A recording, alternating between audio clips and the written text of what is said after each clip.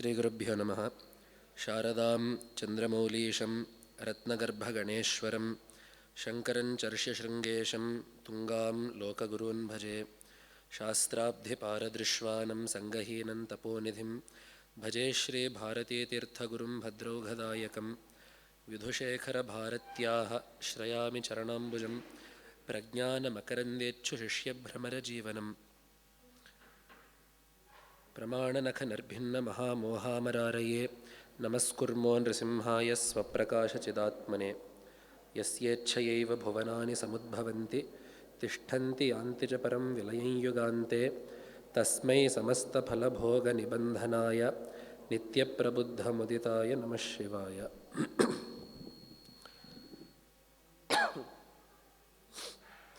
ఉభయ జగద్గురువుల చరణకమలాలకు సభక్తి శ్రద్ధంగా సాష్టాంగ ప్రణామాలను తెలియజేసుకుంటూ, మన సనాతన ధర్మం యొక్క వాంగ్మయము అత్యంత విస్తృతమైనది. దానికి మూల ప్రమాణాలు వేదాలు. అందుకనే ధర్మానికి వైదిక ధర్మము అని పేరు. అదేవిధంగా ఈ ధర్మాన్ని మనకు అందించింది ఋషులు కాబట్టి దీనికి ఆర్షధర్మము అని కూడా పేరుంది. అలాగే ఈ ధర్మం ఏదో ఒక కాలంలో వచ్చింది కాదు, ఒక సమాజంలో ఉత్పన్నమైనది కాదు కాబట్టి అనాదిగా వస్తున్నది కాబట్టి దీనికి సనాతన ధర్మము అని కూడా పేరు కలదు. కాబట్టి ఇటువంటి వైదిక ధర్మాన్ని మనకి ఇంకా చక్కగా వివరించడానికి మన మహర్షులు మరిన్ని గ్రంథాలను మనకు అందించారు. అవి ఇతిహాసాలు కావచ్చు, స్మృతి గ్రంథాలు కావచ్చు, పురాణాలు కావచ్చు. ఇవన్నీ కూడా మనకి ఒకటే లక్ష్యాన్ని సాధిస్తున్నాయి. ఏమిటంటే వేదం యొక్క పూర్వకాండలో, అంటే వేదం యొక్క కర్మకాండలో మనం ఏ ధర్మాలని అనుష్ఠించాలో ఆ ధర్మాలని మనకి ఇంకా స్పష్టంగా వివరిస్తున్నాయి. అలాగే ఆ వేదం యొక్క ఉత్తర భాగం, ఉత్తరకాండ అంటే జ్ఞానకాండ, ఉపనిషద్ భాగంలో పరమాత్మ యొక్క తత్వం ఏదైతే చెప్పున్నారో ఆ తత్వాన్ని కూడా మనకి మరింత స్పష్టంగా మనకి తెలియజెపుతున్నాయి. కాబట్టి ఈ గ్రంథాలలో భాగంగా స్తోత్ర గ్రంథాలు కూడా చాలా ప్రముఖ స్థానాన్ని వహిస్తున్నాయి. ఎందుకంటే మన పూర్వజులు ఈ స్తోత్రాలని కేవలం స్తుతులుగా మాత్రమే వాడలేదు. అటువంటి స్తోత్రాలు చాలా ఉన్నాయి. వాటిల్లో భగవంతుడి యొక్క నామస్మరణ మాత్రమే ప్రధాన లక్ష్యం. అటువంటి స్తోత్రాలు ఏమీ లేకపోలేదు. భగవత్పాదులే అటువంటి స్తోత్రాలు చాలా విరచించారు. కానీ దీంతో పాటు మరిన్ని స్తోత్రాలు ఉంటాయి. వాటిల్లో భగవద్ రూపధ్యానం అనేది ప్రధానంగా ఉంటుంది. భగవత్పాదులు శివపాదాదికేశాంత స్తోత్రం రాశారు, శివకేశాదిపాదాంత స్తోత్రం రాశారు, విష్ణుపాదాదికేశాంత స్తోత్రం రాశారు. అలాగే సుబ్రహ్మణ్య భుజంగంలో కూడా ఆపాదమస్తక వర్ణన వస్తూ ఉంటుంది. ఇవన్నీ కూడా వీటిలన్నిటి యొక్క లక్ష్యం ఏమిటంటే మనకి భగవంతుడి యొక్క రూపాన్ని చక్కగా ధ్యానించి ఆ భగవంతుడి మీద దృష్టిని నిలపాలి. ఇది ఇటువంటి స్తోత్రాల యొక్క లక్ష్యం.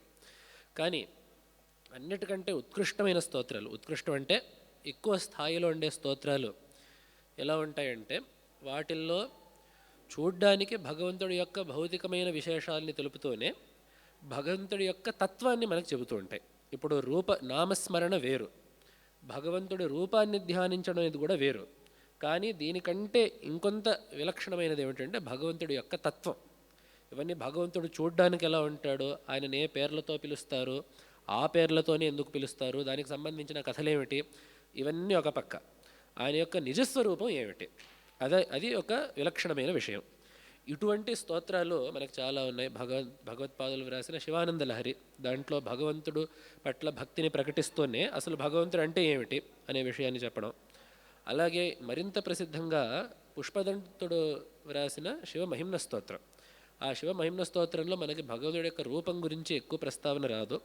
ఓ 4-5 కథలు చెప్పబడి ఉన్నాయి. బాణాసురుడి కథ, విష్ణువు సహస్రకమలార్చన చేసిన కథ, రావణాసురుడి యొక్క కథ, హాలాహల భక్షణం, మన్మథ దహనం, కొన్ని కథల యొక్క ప్రస్తావన ఉంది. అయితే ఆ స్తోత్రంలో మనకి ప్రధానంగా చేస్తున్నది ఏమిటంటే భగవంతుడి యొక్క తత్వం ఏమిటి, అసలైన మహిమ ఏమిటంటే భగవంతుడి యొక్క తత్వం ఏమిటి.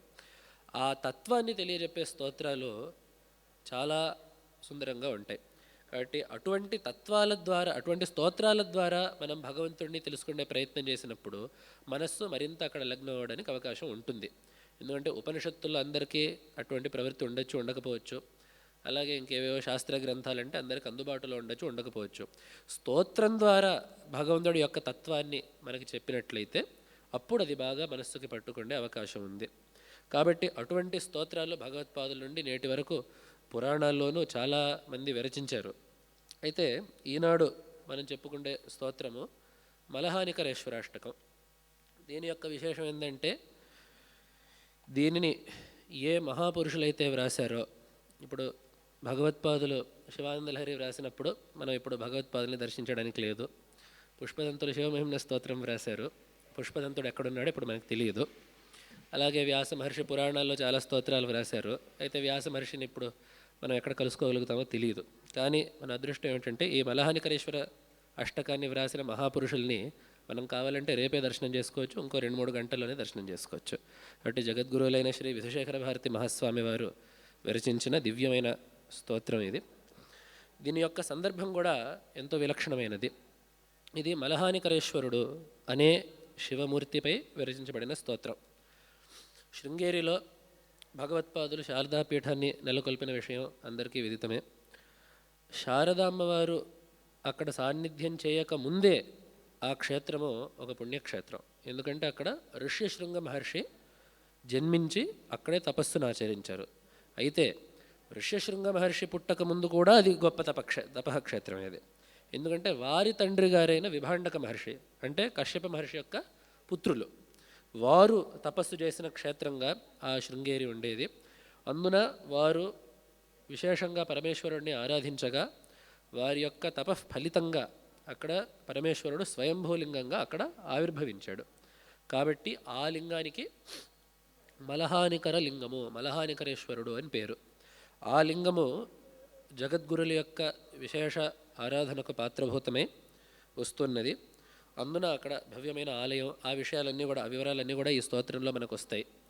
అయితే అక్కడ జగద్గురువులు విశేషంగా ఈ మలహానికరేశ్వరుడిని ఆరాధించే పద్ధతి ఉంది.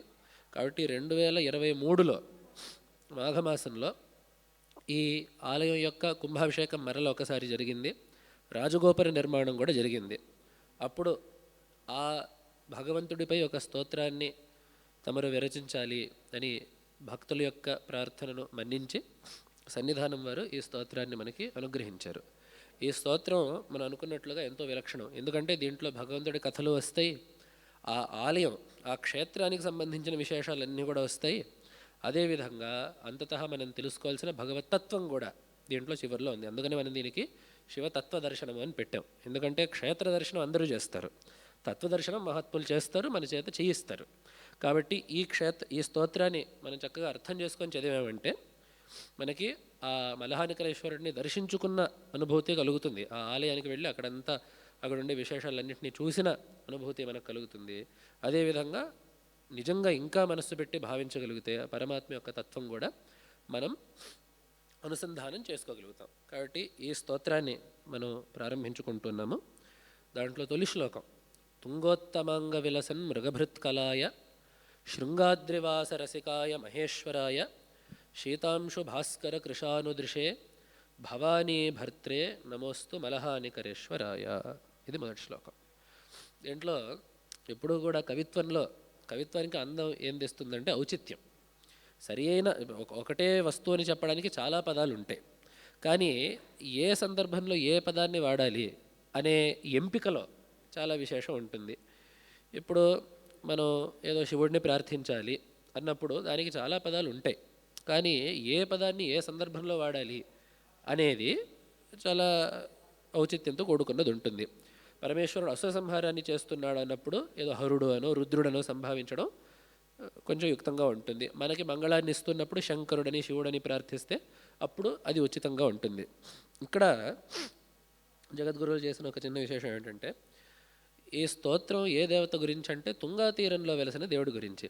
కాబట్టి అర్థం అది అయినా కాకపోయినా తుంగా శబ్దంతో మొదలుపెట్టారు. తుంగోత్తమాంగ అని స్తోత్రాన్ని మొదలుపెట్టడం వల్ల ఆ తుంగా నది యొక్క స్ఫురణ మనకు వస్తున్నది. అయితే ఇక్కడ అర్థం ఏంటంటే, తుంగోత్తమాంగం అంటే బాగా ఎత్తైన శిరస్సు. తుంగం అంటే ఎత్తైన, ఉత్తమాంగం అంటే శిరస్సు. ఆ శిరస్సు మీద మృగభృత్ కళ అంటే చంద్రకళ విరాజిల్లుతున్నది శివుడికి. ఇది భౌతికమైన రూపం. దీన్ని తాత్వికంగా భావిస్తే ఏమిటంటే, చంద్రుడు ఎక్కడ ఉంటాడంటే ఆకాశంలో, ఆయనకి వ్యోమకేశుడు అని పేరు. కాబట్టి ఆ శివుడికి వ్యోమకేశుడు అని చెప్పి పేరు. కాబట్టి భగవంతుడి యొక్క స్థూల రూపంగా కాకుండా విశ్వరూపాన్ని భావించినట్టు అయింది ఇది.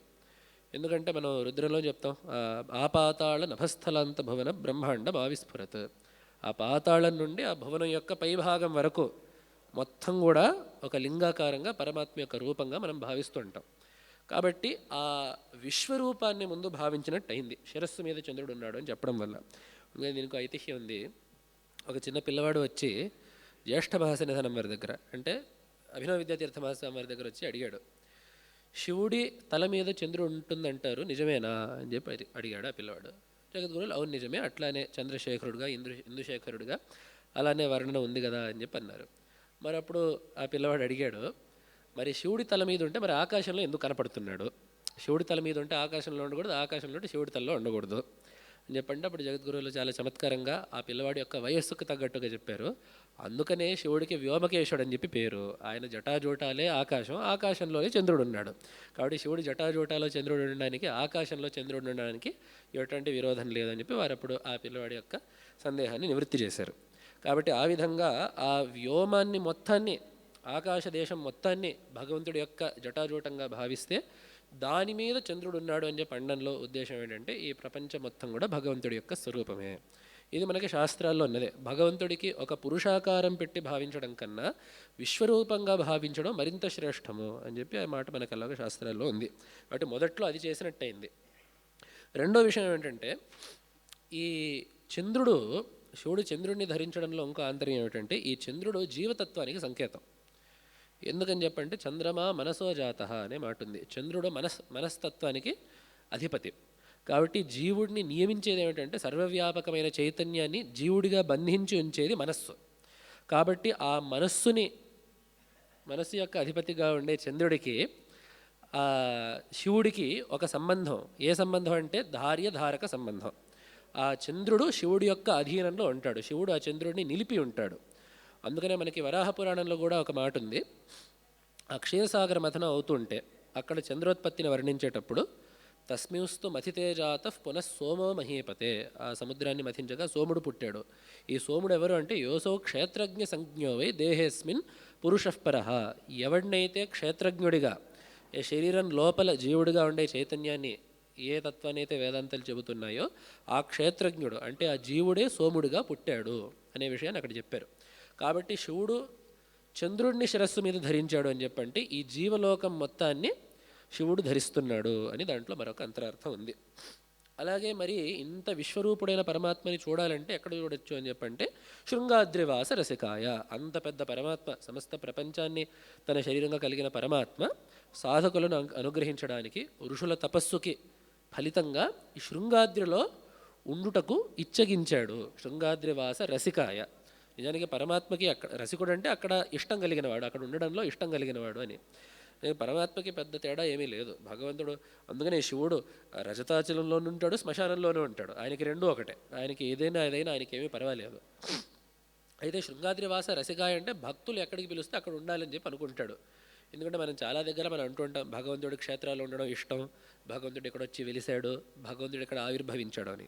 ఎక్కడ కూడా భగవంతుడు తనంతటి తాను ఎక్కడ ఆవిర్భవించడు. ఎందుకంటే అన్ని దగ్గరలో ఉన్నవాడికి ఒకే దగ్గర నేను ఉండాలి అనే అవసరం ఆయనకి రాదు. ఆయన అన్ని దగ్గరలో చూడలేని మనకి అవసరం వస్తుంది. కాబట్టి ఎక్కడైతే ఒక ఋషి తపస్సు చేశాడో, ఎక్కడైతే ఒక భక్తుడు ప్రార్థించాడో, ఎక్కడైతే ఒక ఆర్తుడు భగవంతుడిని శరణు వేడుతాడో అక్కడ ఆ ప్రార్థనకు అనుగుణంగా అటువంటి రూపాన్ని ధరించి ఒక దగ్గర భగవంతుడు కనపడతాడు. కాబట్టి స్వయంభూమూర్తి అయినా, అర్చామూర్తి అయినా, ప్రతిష్ఠితమూర్తి అయినా అన్ని దగ్గరలో కూడా భక్తుడి పిలుపు వీటిలన్నింటిలో సామాన్యమైన అంశం. ఎక్కడ కూడా భగవంతుడు సొంతంగా అవతరించడు. కాబట్టి ఇక్కడ కూడా ఆ విభాండక మహర్షి యొక్క తపస్సుకి స్పందించి భగవంతుడు ఇక్కడ లింగరూపంగా ఆవిర్భవించాడు. కాబట్టి ఈయన మహేశ్వరుడు, ఇతను సమస్త లోకాలకి అధిపతి.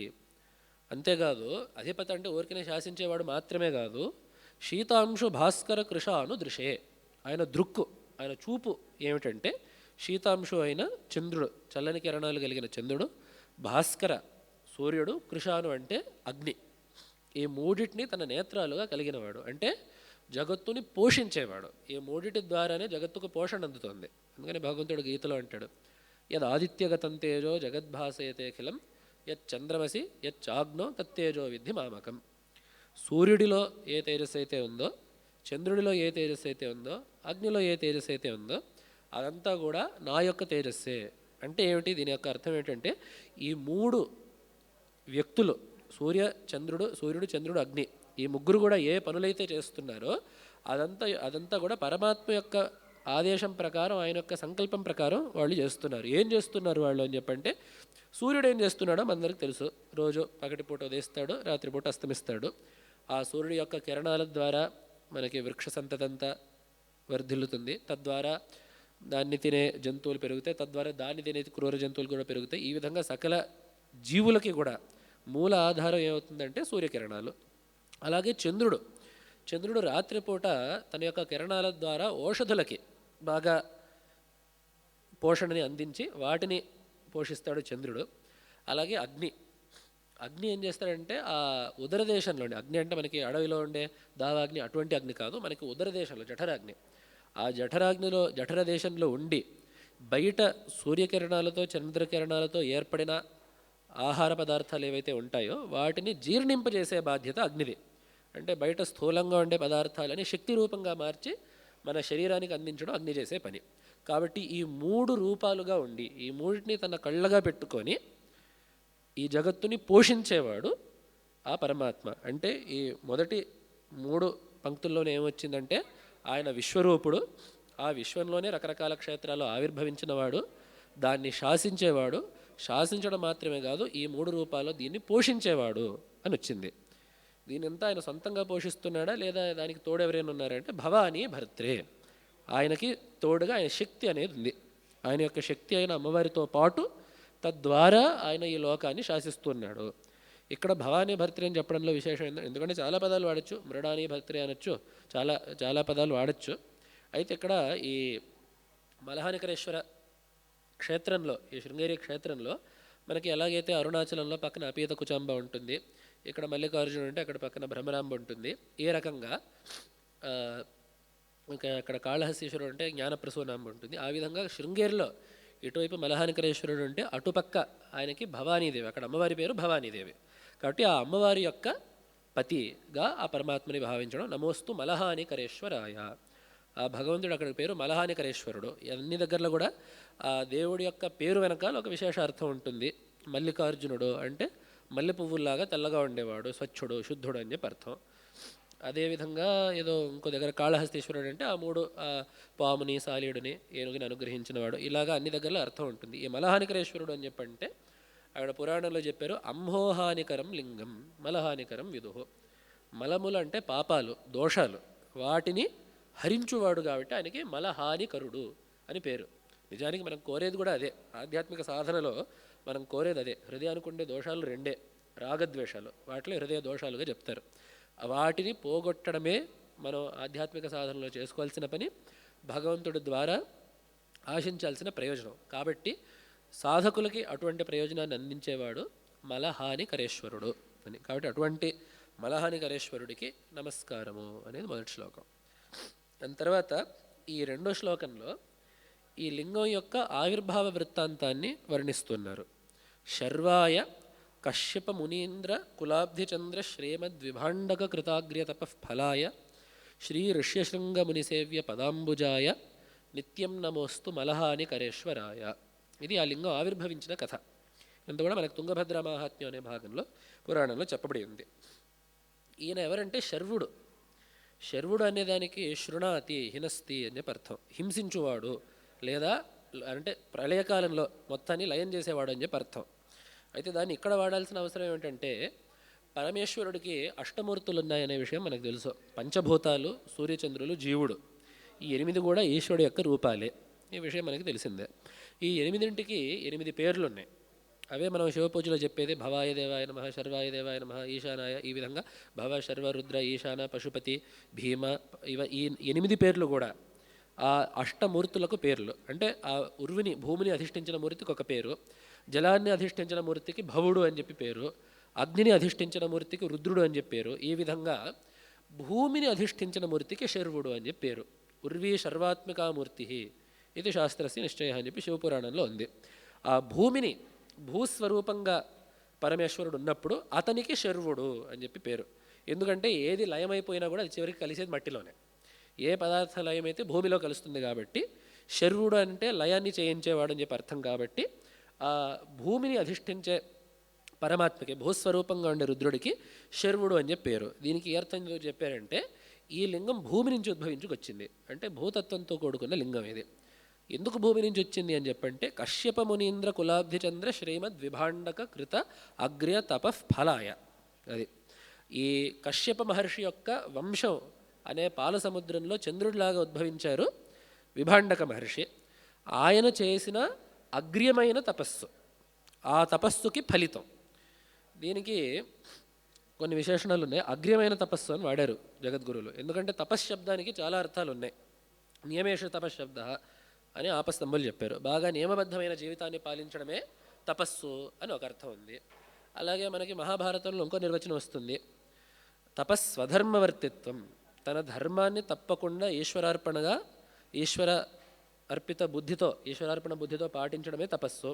ఇదొక నిర్వచనం ఉంది. అలాగే ముఖ్యంగా ఇంకొక నిర్వచనం ఏముందంటే మనసశ్చేంద్రియాణాంచ ఐకాగ్ర్యం పరమం తపః. ఇది శాస్త్రాలు చెప్పిన మాట. మనస్సుని ఇంద్రియాలను ఏకాగ్రంగా ఉంచడము అత్యుత్కృష్టమైన తపస్సు. ఉన్న తపస్సులు అన్నింటిలోకి శ్రేష్టమైన తపస్సు ఇది. అలాగే మనకి వేదంలో కూడా ఉంది, తపో నానశనాత్ పరం, ఇదొకటి ఉంది. అనశనాత్ పరం తపః నాస్తి, అంటే ఉపవాసం కంటే శ్రేష్టమైన తపస్సు ఇంకోటి లేదు. ఉపవాసం అంటే ఊరికే అన్నం మానేసి ఉండడం మాత్రమే కాదు. ఉపవాసం అంటే ఇంద్రియాలని విషయ దేశానికి వెళ్ళనీయకుండా వాటిని నిగ్రహించి పెట్టడం. మనం చాలామంది నియమాలు పెట్టుకుంటారు చూడండి, ఈరోజు నేను ఏదో ఈ రోజుల్లో నేను ఈ పదార్థం తినను, లేదా భూమి మీదనే పడుకుంటాను, ఇట్లాంటి నియమాలు ఏవైతే ఉంటాయో, మన ఇంద్రియాల యొక్క ప్రవృత్తిని నిగ్రహించే నియమాలు ఏవైతే ఉంటాయో వాటికి కూడా తపస్సు అని చెప్పి పేరు. ఇది ఇక్కడ అగ్ర తపస్సు అని చెప్పి అన్నారు, అంటే అన్నిటికంటే ఉత్కృష్టమైనది. అందున అగ్రం అంటే అత్యంత ఏకాగ్రంగా ఉండేది. ఆ విభాండక మహర్షి చేసిన ఏకాగ్రమైన తపస్సుకి ఫలితం. ఎందుకంటే అక్కడ రాస్తారు, కృష్ణాజిన పరిధాన కృత దర్భాసనో ముని జపన్ పంచాక్షరీం శైవీం ఆస్తే ద్విశతవత్సరం.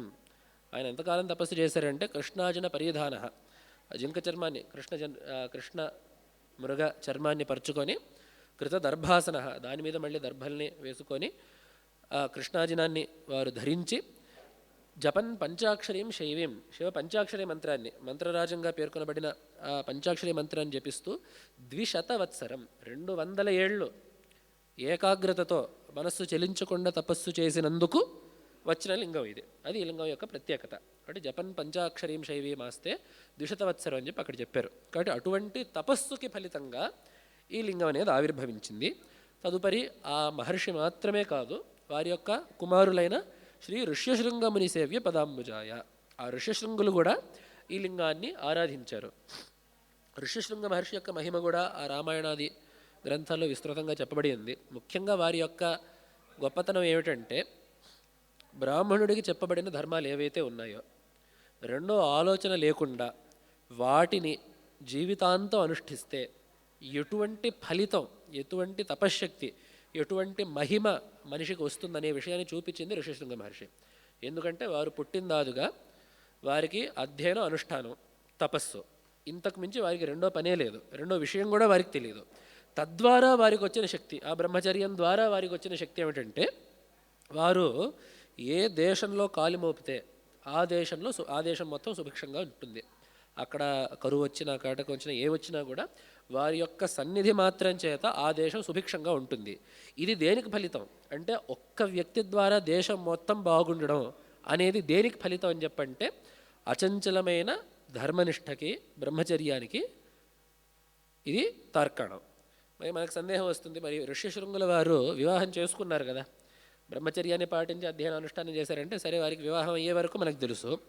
మనకు తెలిసిన కథ ప్రకారం ఏముంది, అంగదేశంలో కరువు వస్తే ఆ రాజుగారికి చెప్పారు, మీరు ఋష్యశృంగ మహర్షిని మీరు వారిని ఇక్కడికి రప్పిస్తే వారి పాదస్పర్శ చేత మళ్ళీ దేశం సుభిక్షం అవుతుంది అని చెప్పి అన్నారు. సరే అని చెప్పి వారిని పిలిపించి వారి కుమార్తె అయిన శాంతాదేవిని ఇచ్చి వారికి వివాహం జరిపించారు. అది అప్పటి వరకు ఉండే బ్రహ్మచర్యం తర్వాత ఏమైంది అని చెప్పంటే, మనకి సంస్కృత గ్రంథాల్లో, పాత గ్రంథాల్లో బ్రహ్మచర్యం అంటే పెళ్లి కాకపోవడం అనేది మాత్రమే అర్థం కాదు, బ్రహ్మచర్య ఆశ్రమం అనేది ఉంది.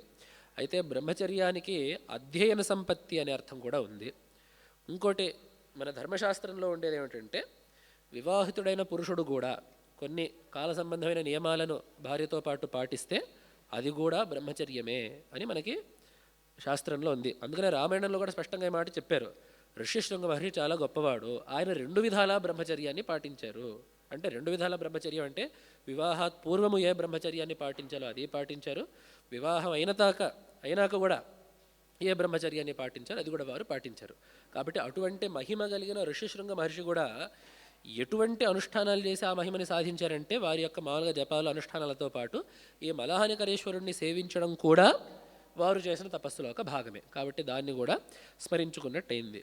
ఎందుకంటే భగవంతుడి యొక్క కథ చెప్పేసి ఊరుకోవడం ఒక పద్ధతి అయితే, ఆ భగవంతుడిని మహాత్ములు ఆరాధించారు అని చెప్పడం వల్ల ఏమిటంటే వాళ్ళే ఆరాధించారంటే ఇంకా మన విషయం చెప్పాల్సింది ఏమిటి అని. వాళ్ళే ఋషశృంగ మహర్షి, విభాండక మహర్షి లాంటి వాళ్ళే ఆ భగవంతుడిని ఆరాధించారంటే ఇంకా మనలాంటి లౌకికుల గురించి ఇంకా వేరే చెప్పనక్కర్లేదు. అందుకని మనకి అన్ని స్తోత్రాలు కూడా ఇట్లాంటి పదాలు వస్తూ ఉంటాయి.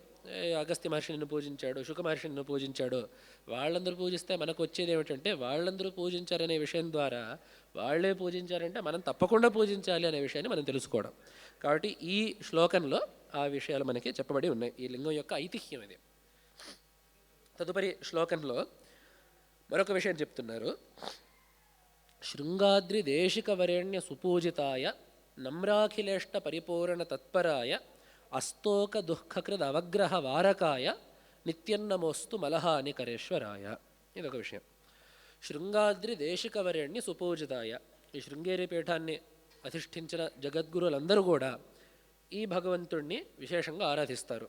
వారి యొక్క సన్యాస స్వీకారం రోజున, అలాగే శివరాత్రి పగటిపూట పూజ ఈ మలహానికరేశ్వరుడికి, రాత్రిపూట నరసింహవనంలో 4 యామాల పూజ, త్రియామ పూజ. తరువాత రకరకాల సందర్భంలో సహస్ర కమలార్చన అని చెప్పి రకరకాల సందర్భాల్లో కూడా జగద్గురువులు ఏడాది మొత్తం కూడా ఈ మలహానికరేశ్వరుడికి విశేషమైన పూజల్ని జరిపిస్తారు. అలాగే నమ్రాకిలేష్ట పరిపూర్ణ తత్పరాయ, ఆయనకి నమస్కరించిన వాళ్ళందరి యొక్క కోరికలను ఆయన తీరుస్తూ ఉంటాడు. ఇది కూడా మనం కొంచెం జాగ్రత్తగా గమనించాల్సిన పదం. ఎందుకంటే ఇది కూడా అన్ని స్తోత్రాలు ఉండే మాటే, ఆయన ఏదైనా కోరుకోగానే అయిపోతుంది అని.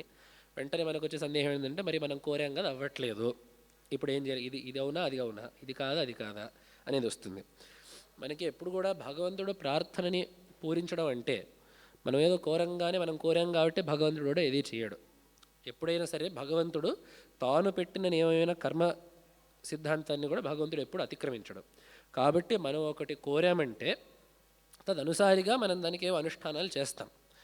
మన కోరిక ఫలించడానికి అనుగుణమైన అనుష్ఠానాలు మనం చేసే అంతవరకు అది తీరదు. కాబట్టి మనం ఒకటి ప్రార్థించాం భగవంతుడి దగ్గర, ఏదో పూజ చేసాము, అయినా కూడా అవ్వలేదంటే అది పూజ లోపం కాదు, భగవంతుడి లోపము కాదు, ఇంకా చెప్పాలంటే మన లోపం కూడా కాదు. ఆ కోరిక తీరడానికి మనం ఎంత చేయాలో అంత మనం ఇంకా చేయలేదు. ఎందుకంటే మన జీవితంలో మనం ఈ శరీరాన్ని ధరించినప్పుడు ఈ శరీరం చేత ఎంత సుఖం అనుభవించాల్సింది ఉంది, ఎంత దుఃఖం అనుభవించాల్సింది అనేది ముందే రాసిపెట్టి ఉంది. దాన్నే మనం ప్రారబ్ధము అని చెప్పి అంటారు. దాని పేరే ప్రారబ్ధం. ఆ కర్మ దాని యొక్క ఫలితాన్ని ఇవ్వడాన్ని ఆరంభించింది కాబట్టి మనం శరీరాన్ని ధరించాం. కాబట్టి మనం పుట్టినప్పుడే మనకి ఇన్ని సుఖానుభూతులు ఇన్ని దుఃఖానుభూతులు కలుగుతాయని చెప్పి రాసిపెట్టుంది. దీనికి మనం ఇంకేమన్నా జత చేర్చాలంటే, నేను ఇన్ని అనుభవించాల్సి ఉండగా ఇంకా నేనేదో చేర్చాలి అని చెప్పంటే దానికి విశేషమైన అనుష్ఠానం కావాలి. కాబట్టి మనం కోరినా కూడా అది జరగలేదంటే దానికి ఆ కోరిక తీరడానికి కావాల్సిన అనుష్ఠానాన్ని మనం ఇంకా చేయలేదు అని చెప్పి అర్థం. అందుకనే మనకి పురాణాల్లో కనపడుతూ ఉంటుంది. ఇది కావాలంటే భగవత్పాదులకు జన్మ వృత్తాంతం దగ్గరే చాలా కాలం శివగురువుకి ఆర్యాంబకి సంతానం కలగకపోతే శివగురువు అడుగుతారు ఆర్యాంబని, మనం ఇప్పుడు ఏం చేద్దామని చెప్పంటే ఆర్యాంబ చెబుతుంది, మనం శివుడినే శరణు వేడుదాము, మనకు ఉపమన్యు మొదలైన కథలన్నీ మనం విన్నాం కదా, కాబట్టి శివుడిని ఆశ్రయిస్తే మనం పొందలేనిది ఏమీ లేదు అని చెప్పని అక్కడ ఒక మాట ఉంటుందమ్మ. అక్కడ ఆర్యాంబదేవి నో దేవతాసు జడిమా మనుష్యే అని ఒక మాట ఉంటుంది. అంటే ఏమిటంటే జడత్వం అనేది దేవుడిలో ఉండదు, మనిషిలో ఉంటుంది. అంటే జడత్వం అంటే ఏమిటి? స్పందించకపోవడం, వెంటనే పని చేయకపోవడం.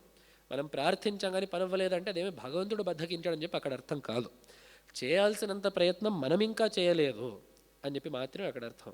మరి ప్రయత్నం మనం చేస్తే భగవంతుడు ఎందుకు అని చెప్పంటే ఆ ఫలితం ఎప్పుడు రావాలో, ఎలా రావాలో, ఏ రూపంలో రావాలో మనం నిర్ణయించలేము. మనకి ఇది కావాలి అని మాత్రమే మనం చెప్పగలం తప్ప అది ఎలా మనకు రావాలి, ఏ సందర్భంలో మనకు రావాలి, ఇవన్నీ కూడా మన చేతుల్లో లేవు. ఎటువంటి పరిస్థితుల్లో వస్తే మనకి అది ఇంకా ఉపకరిస్తుంది అనేదంతా మనం చెప్పలేము. కాబట్టి అదంతా చూసుకునేది భగవంతుడు. అయితే ముందు అది రావాలంటే దానికి ముందు మన ప్రయత్నం అనేది ఉండాలి. కాబట్టి ఈ అర్థం అంతా ఈ మాటలో ఉంది. నమ్రాఖిలేష్ట పరిపూర్ణ తత్పరాయ. భగవంతుడు మన యొక్క కోరికల్ని తీర్చడంలో తత్పరుడుగానే ఉంటాడు, దాని ఎప్పుడూ కాదండు. ఎందుకంటే భగవంతుడికి దీంట్లో రావాల్సింది ఏమీ లేదు. మనం కోరడం వల్లనో కోరకపోవడం వల్లనో ఆయనకి మారేది ఏమీ లేదు. కాబట్టి ఆయన దగ్గరకు వచ్చిన అప్లికేషన్ల మీద సంతకం పెట్టడం మాత్రమే ఆయన చేసే పని. అయితే ఆ అప్లికేషన్ ఆయన వరకు రావాలి. మన కోరిక ఆయన వరకు వెళ్ళాలంటే ఆ కోరడమో చేయాల్సిన అనుష్ఠానంలో ప్రార్థనలో పూజలో అవి చేయాల్సిన విధంగా చేయాల్సినంతగా చేస్తే అది తప్పకుండా భగవంతుడు తీరుస్తాడు అని. అందుకనే భగవంతుడు అంటాడు, నేహాభిక్రమ నాశోస్తి నహి కళ్యాణకృత్ కశ్చిత్ దుర్గతిం తాత గచ్చతి. ఎవరైనా ఏమాత్రం ప్రయత్నం చేసినా అది ఒమ్ముపోదు, అది వృథా పోదు. దానికి ఏదో విధంగా ఎప్పుడప్పటికీ అది ఫలితం ధరిస్తుంది. అప్పటి వరకు మనమన్న ఓపిక పట్టాలి, లేదా మరింత ప్రయత్నం చేస్తూ ఉండాలి. అలాగే ఈ లింగానికి ఇప్పుడు ఈ మాట అన్ని భగవద్ రూపాలకి సామాన్యమే. మనం భగవంతుడిని ఈశ్వరుణ్ణి ఏ రూపంలో ఆరాధించినా, ఏ క్షేత్రంలో ఆరాధించినా కూడా ఈ మాట వాస్తవం. ఆరాధించిన వారికి తగినంత ఫలితాన్ని ఇవ్వడం అనేది అన్ని దగ్గరలో ఉండేది. అయితే ఒక్కొక్క క్షేత్రంలో ఆ యొక్క క్షేత్రం యొక్క ఐతిహ్యానికి అనుసారంగా అక్కడ ఫలితాలు విశేషంగా ఉంటాయి. ఒక్కొక్క క్షేత్రంలో ఒక్కొక్క ఫలితం విశేషంగా ఉంటుంది. ఉదాహరణకి బాసర, అక్కడ బాసరలో శారదాంబని ప్రతిష్ఠించింది వ్యాస మహర్షి. ఎందుకని చెప్పంటే ఆ కురుక్షేత్ర యుద్ధం అంతా చూశాక జనులకి ఇంత మందబుద్ధితో ఉన్నారు, అల్పమైన విషయాల కోసం ఇంత పెద్ద అనర్థాలను తెచ్చుకుంటున్నారని చెప్పి తెలిసి జనులకి జ్ఞానం రావాలి అనే కాంక్షతో అక్కడ వ్యాస మహర్షి అమ్మవారిని ప్రతిష్ఠించారు. కాబట్టి అక్కడ మనం అమ్మవారిని ఏది కోరినా కూడా అది వస్తుంది, అక్కడ సందేహం ఏం లేదు. కానీ అక్కడ ప్రతిష్ఠించింది జ్ఞానప్రాప్తి కోసం కాబట్టి అక్కడ విద్యార్జన చేస్తే, అక్కడ విద్యను కోరితే విశేషమైన విద్య లభిస్తుందనే విషయం ఉంది. అలాగే ఈ లింగానికి ఒక విశేషం ఏమిటంటే అస్తోక దుఃఖకృద్ అవగ్రహ వారకాయ. అస్తోకమైన దుఃఖాన్ని అంటే అధికమైన దుఃఖాన్ని కలిగించే అవగ్రహాలంటే కరువు. వృష్టి వర్షం తద్విఘాతే వగ్రహౌ సమము అని అమరంలో అవగ్రహము ఇవన్నీ కూడా కరువుకి పేర్లు, అనావృష్టికి పేర్లు. కాబట్టి అటువంటి అనావృష్టి ఉంటే ఏముంది, ఇంకా జీవితాలు ఆగిపోతాయి. ఆ దేశం అక్కడికి ఆగిపోతుంది. కాబట్టి అటువంటి దేశవ్యాప్తమైన క్షోభని కలిగించే, కరువుని వారించే విశేషమైన శక్తి ఈ లింగానికి ఉంది. ఎందుకంటే మనం అనుకున్నట్లుగా ఋష్యశృంగ మహర్షికే అది ఉంది. ఈ లింగాన్ని ఆరాధించిన ఋష్యశృంగ మహర్షికే అటువంటి సామర్థ్యం ఉన్నదంటే ఇంకా లింగం గురించి చెప్పేదే ఉంది. అందున ఈ లింగానికి ఒక విశేషం ఏంటంటే, ఈ లింగానికి అగిలి సేవే అని చెప్పి ఒకటి చేస్తారు శృంగేరిలో. అగిలి అని చెప్పంటే ఒక ఆకు, అది ఆ ఆకు దాన్ని బాగా నూరి ఒక పిప్పిలాగా దాన్ని చేసి దాన్ని లింగం మీద లేపన చేసి విశేషంగా అర్చన చేస్తారు. ఇది ఎప్పుడు చేస్తారు అని చెప్పంటే ఆ శృంగేరి ప్రాంతంలో, చిక్కమగళూరు ప్రాంతంలో ఎక్కడైనా కూడా కరువు వచ్చే లేదా అతివృష్టి, అతివృష్టి ఈ రెండు ఏదొచ్చినా ప్రమాదమే.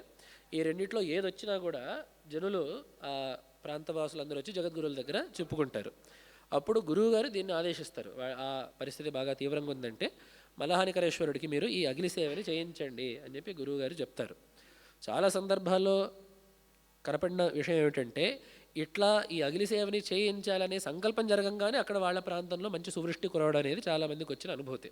అందున ఆ పూజని చేయించంగానే ఆ ప్రాంతంలో రావాల్సిన వృష్టి రావడం కానీ లేదా అదనంగా వచ్చిన వాన ఆగిపోవడం కానీ ఈ రెండు కూడా జరగడం అనేది ఈ లింగానికి ఉండే ఒక విశేషమైన శక్తి. కాబట్టి ఆ విశేషాన్ని కూడా ఇక్కడ గురువుగారు పేర్కొన్నారు. అస్తోక దుఃఖకృద్ అవగ్రహ వారకాయ. ఆ కరువు అన్ని ప్రాణులకి కూడా ప్రాణాపాయాన్ని కలిగించే కరువుని ఆపేసి సుకాలంలో సరైన కాలంలో వర్షాన్ని అందించే ఇటువంటి మలహానికరేశ్వరుడికి నమస్కారము అనేది ఈ శ్లోకంలో చెప్పింది. ఇక్కడి నుంచి మనం ఇప్పుడు ఈ 4వ శ్లోకంలో మనం అమ్మవారి యొక్క వృత్తాంతాన్ని చూస్తున్నాం. సచ్చిత్ సుఖాభిద గురు ప్రవరేణ వామే సంస్థాపితాద్రిసుతయా సహ విష్టపాని గోపాయతే నృప కదంబక సేవితాయ పిత్రేస్తు తారకజిత ప్రణతిర్భవాయ. ఇది ఆ 4వ శ్లోకం. అక్కడ పక్కన మనం అనుకున్నట్లుగా భగవంతుడికి పక్కన భవానీదేవి అనే అమ్మవారు ఉంటుంది. దీనికి నమామి యామినీనాథ లేఖాలంకృత కుంతలాం భవానీం భవసంతాప నిర్వాపణ సుధానదీం అని ఒక శ్లోకాన్ని కూడా అక్కడ ప్రార్థనగా చెప్తుంటారు. బాగా ప్రసిద్ధమైన శ్లోకమే. ఈ భవానీదేవి అక్కడికి ఎట్లా వచ్చింది అంటే ఈ మలహానికరేశ్వరుడిని విభాండక మహర్షి అక్కడ సాక్షాత్కరింప చేసుకున్నాడు. మరి అమ్మవారు ఎలా వచ్చిందని చెప్పంటే కాలక్రమంలో శృంగేరి పీఠానికి 25వ అధిపతులైన సచ్చిత్, సుఖ అభినవ గురుప్రవరులు అంటే సచ్చిదానంద భారతీ స్వామివారు అని చెప్పి అర్థం. శ్లోకంలో ఇదొక పద్ధతి సాహిత్యంలో. ఆ సన్యాసి యొక్క నామధేయం, ఆ యోగ పట్టము నేరుగా ఛందస్సులో పట్టకపోతే కొద్దిగా ఇటు మార్చి దాన్ని పెట్టేస్తారు. అమృతవాణి స్వామినః అని చెప్పి అంటారు. అంటే అమృత భారతి, ఆ వాణి అంటే భారతి అని పెట్టుకోవడం, లేదా సరస్వతి అంటే భారతి అని పెట్టుకోవడం, ఇటువంటి కొన్ని మార్పులు చేస్తుంటారు శ్లోకంలో ఆ సన్యాసి యొక్క పేరుని పెట్టడానికి. కాబట్టి అటువంటిది ఇక్కడ చేస్తున్నారు. సచ్చిత్ సుఖ అంటే సచ్చిదానంద భారతీ స్వామివారు అని. వారు ఈ శృంగేరి పీఠానికి 25వ అధిపతులుగా ఉన్నారు. వారు ఈ అమ్మవారిని ప్రతిష్టాపించారు. సచ్చిత్ సుఖాభిధ గురు ప్రవరేణ వామే తమ యొక్క ఎడభాగంలో సంస్థాపిత అద్రిసుతయ ప్రతిష్ఠింపబడిన గిరిపుత్రికైన పార్వతితో పాటు భువనాన్ని సహ విష్టపాని గోపాయతే లోకాలను రక్షించేవాడు అని చెప్పి అర్థం. ఎందుకని చెప్పంటే మనకి ఉట్టి లింగాన్ని ఆరాధించడం కన్నా ఆ లింగాన్ని యోనిపీఠం మీద పెట్టి ఆరాధిస్తేనే విశేషం ఉంటుంది. ఎందుకంటే ఆ శివశక్తి ఏకరూపం, ఆ సమయాచారం అని చెప్పి అంటాను దాన్ని. శివుడు శక్తి కలిపి ఆరాధిస్తే దానికి సమయాచారం అని చెప్పి పేరు. ఇది సరి అయిన పద్ధతి, సరి అయిన వైదికమైన పద్ధతి అది. ఎందుకంటే మనం భగవంతుడిని ఎప్పుడు కూడా ప్రార్థించినప్పుడు లోకాలకి ఈశ్వరుడుగా మనం ప్రార్థిస్తాం. లోకాలకి భగవంతుడు ఈశ్వరుడు అన్నప్పుడు శక్తి లేకుండా ఉండడు. శక్తి అనేది తప్పకుండా పక్కన ఉండాలి. అదే భగవత్పాదులు ఆ సౌందర్యలహరిని మొదలు పెడుతూ చెప్పింది. శివశక్త్యాయుక్తో యది భవతి శక్తః ప్రభవితుం నచేదేవం దేవో నఖలు కుశల స్పందితుమపి అని. దీన్ని కొంతమంది సరిగ్గా అర్థం చేసుకోరు. దీన్ని ఏమంటారంటే అమ్మవారు పక్కన ఉంటేనే శివుడికి ఏమన్నా చేతనవుతుంది, అమ్మవారు పక్కన ఉండకపోతే శివుడికి ఏది వల్ల కాదు అని. ఇది కొంచెం సరిగ్గా అర్థం చేసుకోకపోవడమే ఇది. ఎందుకంటే శివుడికి శక్తి లేకపోవడం ఏమిటి, అసలు ఆ పరిస్థితే ఉండదు. భగవంతుడికి శక్తికి ఉండేది నిత్యమైన సంబంధం. ఆయనకి స్వాభావిక దేవాత్మశక్తి వివిధైవ శ్రూయసే స్వాభావికి అని. ఆ స్వాభావికి జ్ఞానబలక్రియాచ ఉపనిషత్తు చెప్పేదే అది. ఆ శక్తి అనేది పరమాత్మకి స్వాభావికమైనది. స్వాభావికమైన శక్తి అయినప్పుడు అది పరమాత్మకు ఉంటే ఒక రకంగా లేకపోతే ఒక రకంగానే తేడానే రాదు. ఇక్కడ భగవత్పాదుల యొక్క అభిప్రాయం ఏంటంటే పరమాత్మకి 2 స్వరూపాలు ఉన్నాయి.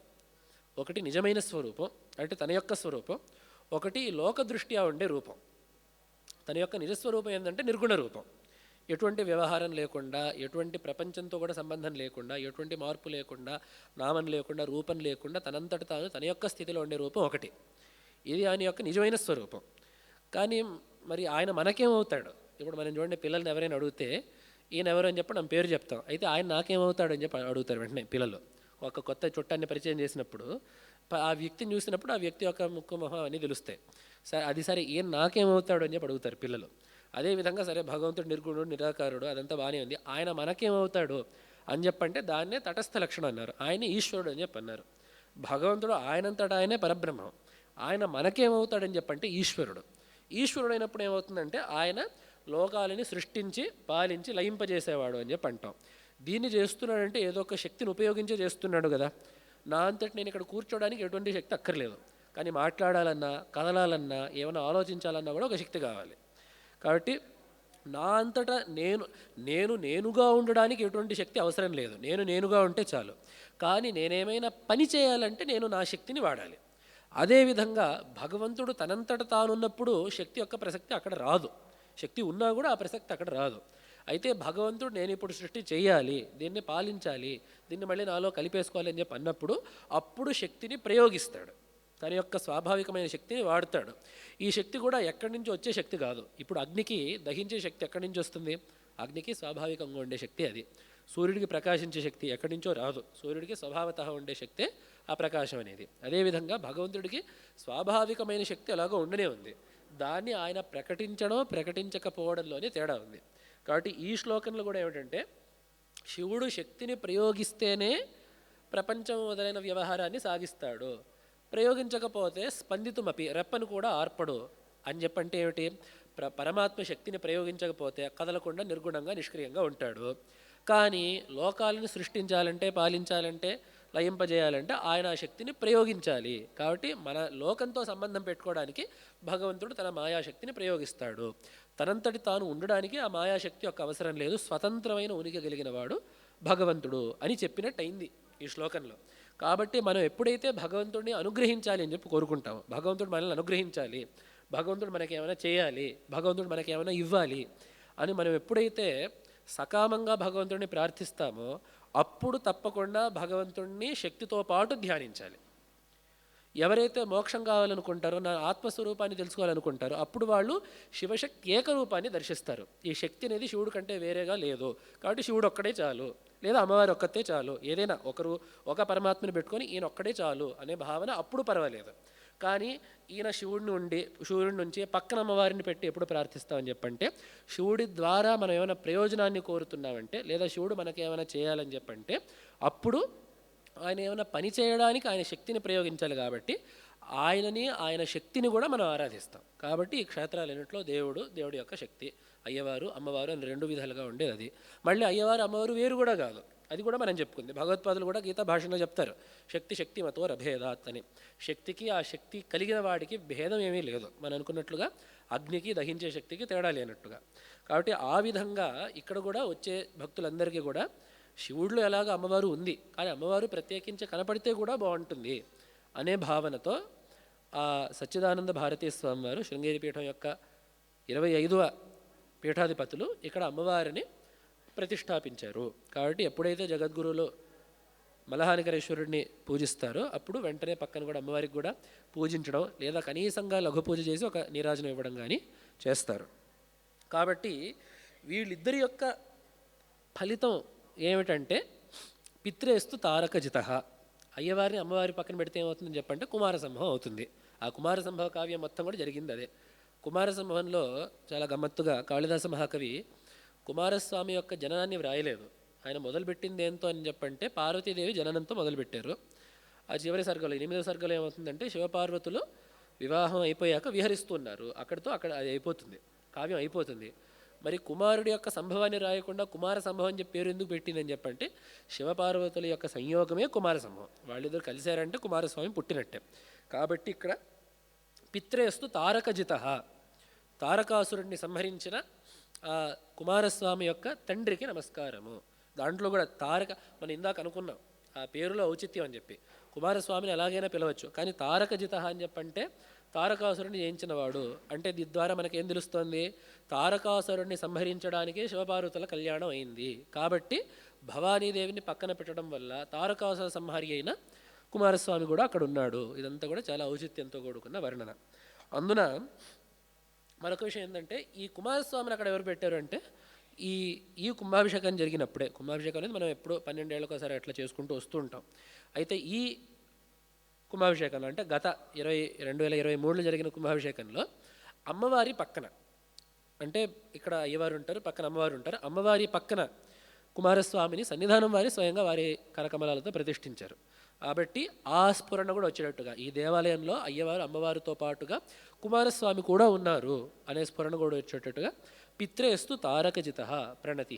అటువంటి కుమార గురువు అని చెప్పి అంటాం కదా, మహాసేనకుడు అని చెప్పి అంటాం కదా, అటువంటి సుబ్రహ్మణ్య స్వామి యొక్క తండ్రికి కూడా నమస్కారం అని చెప్పి అన్నారు.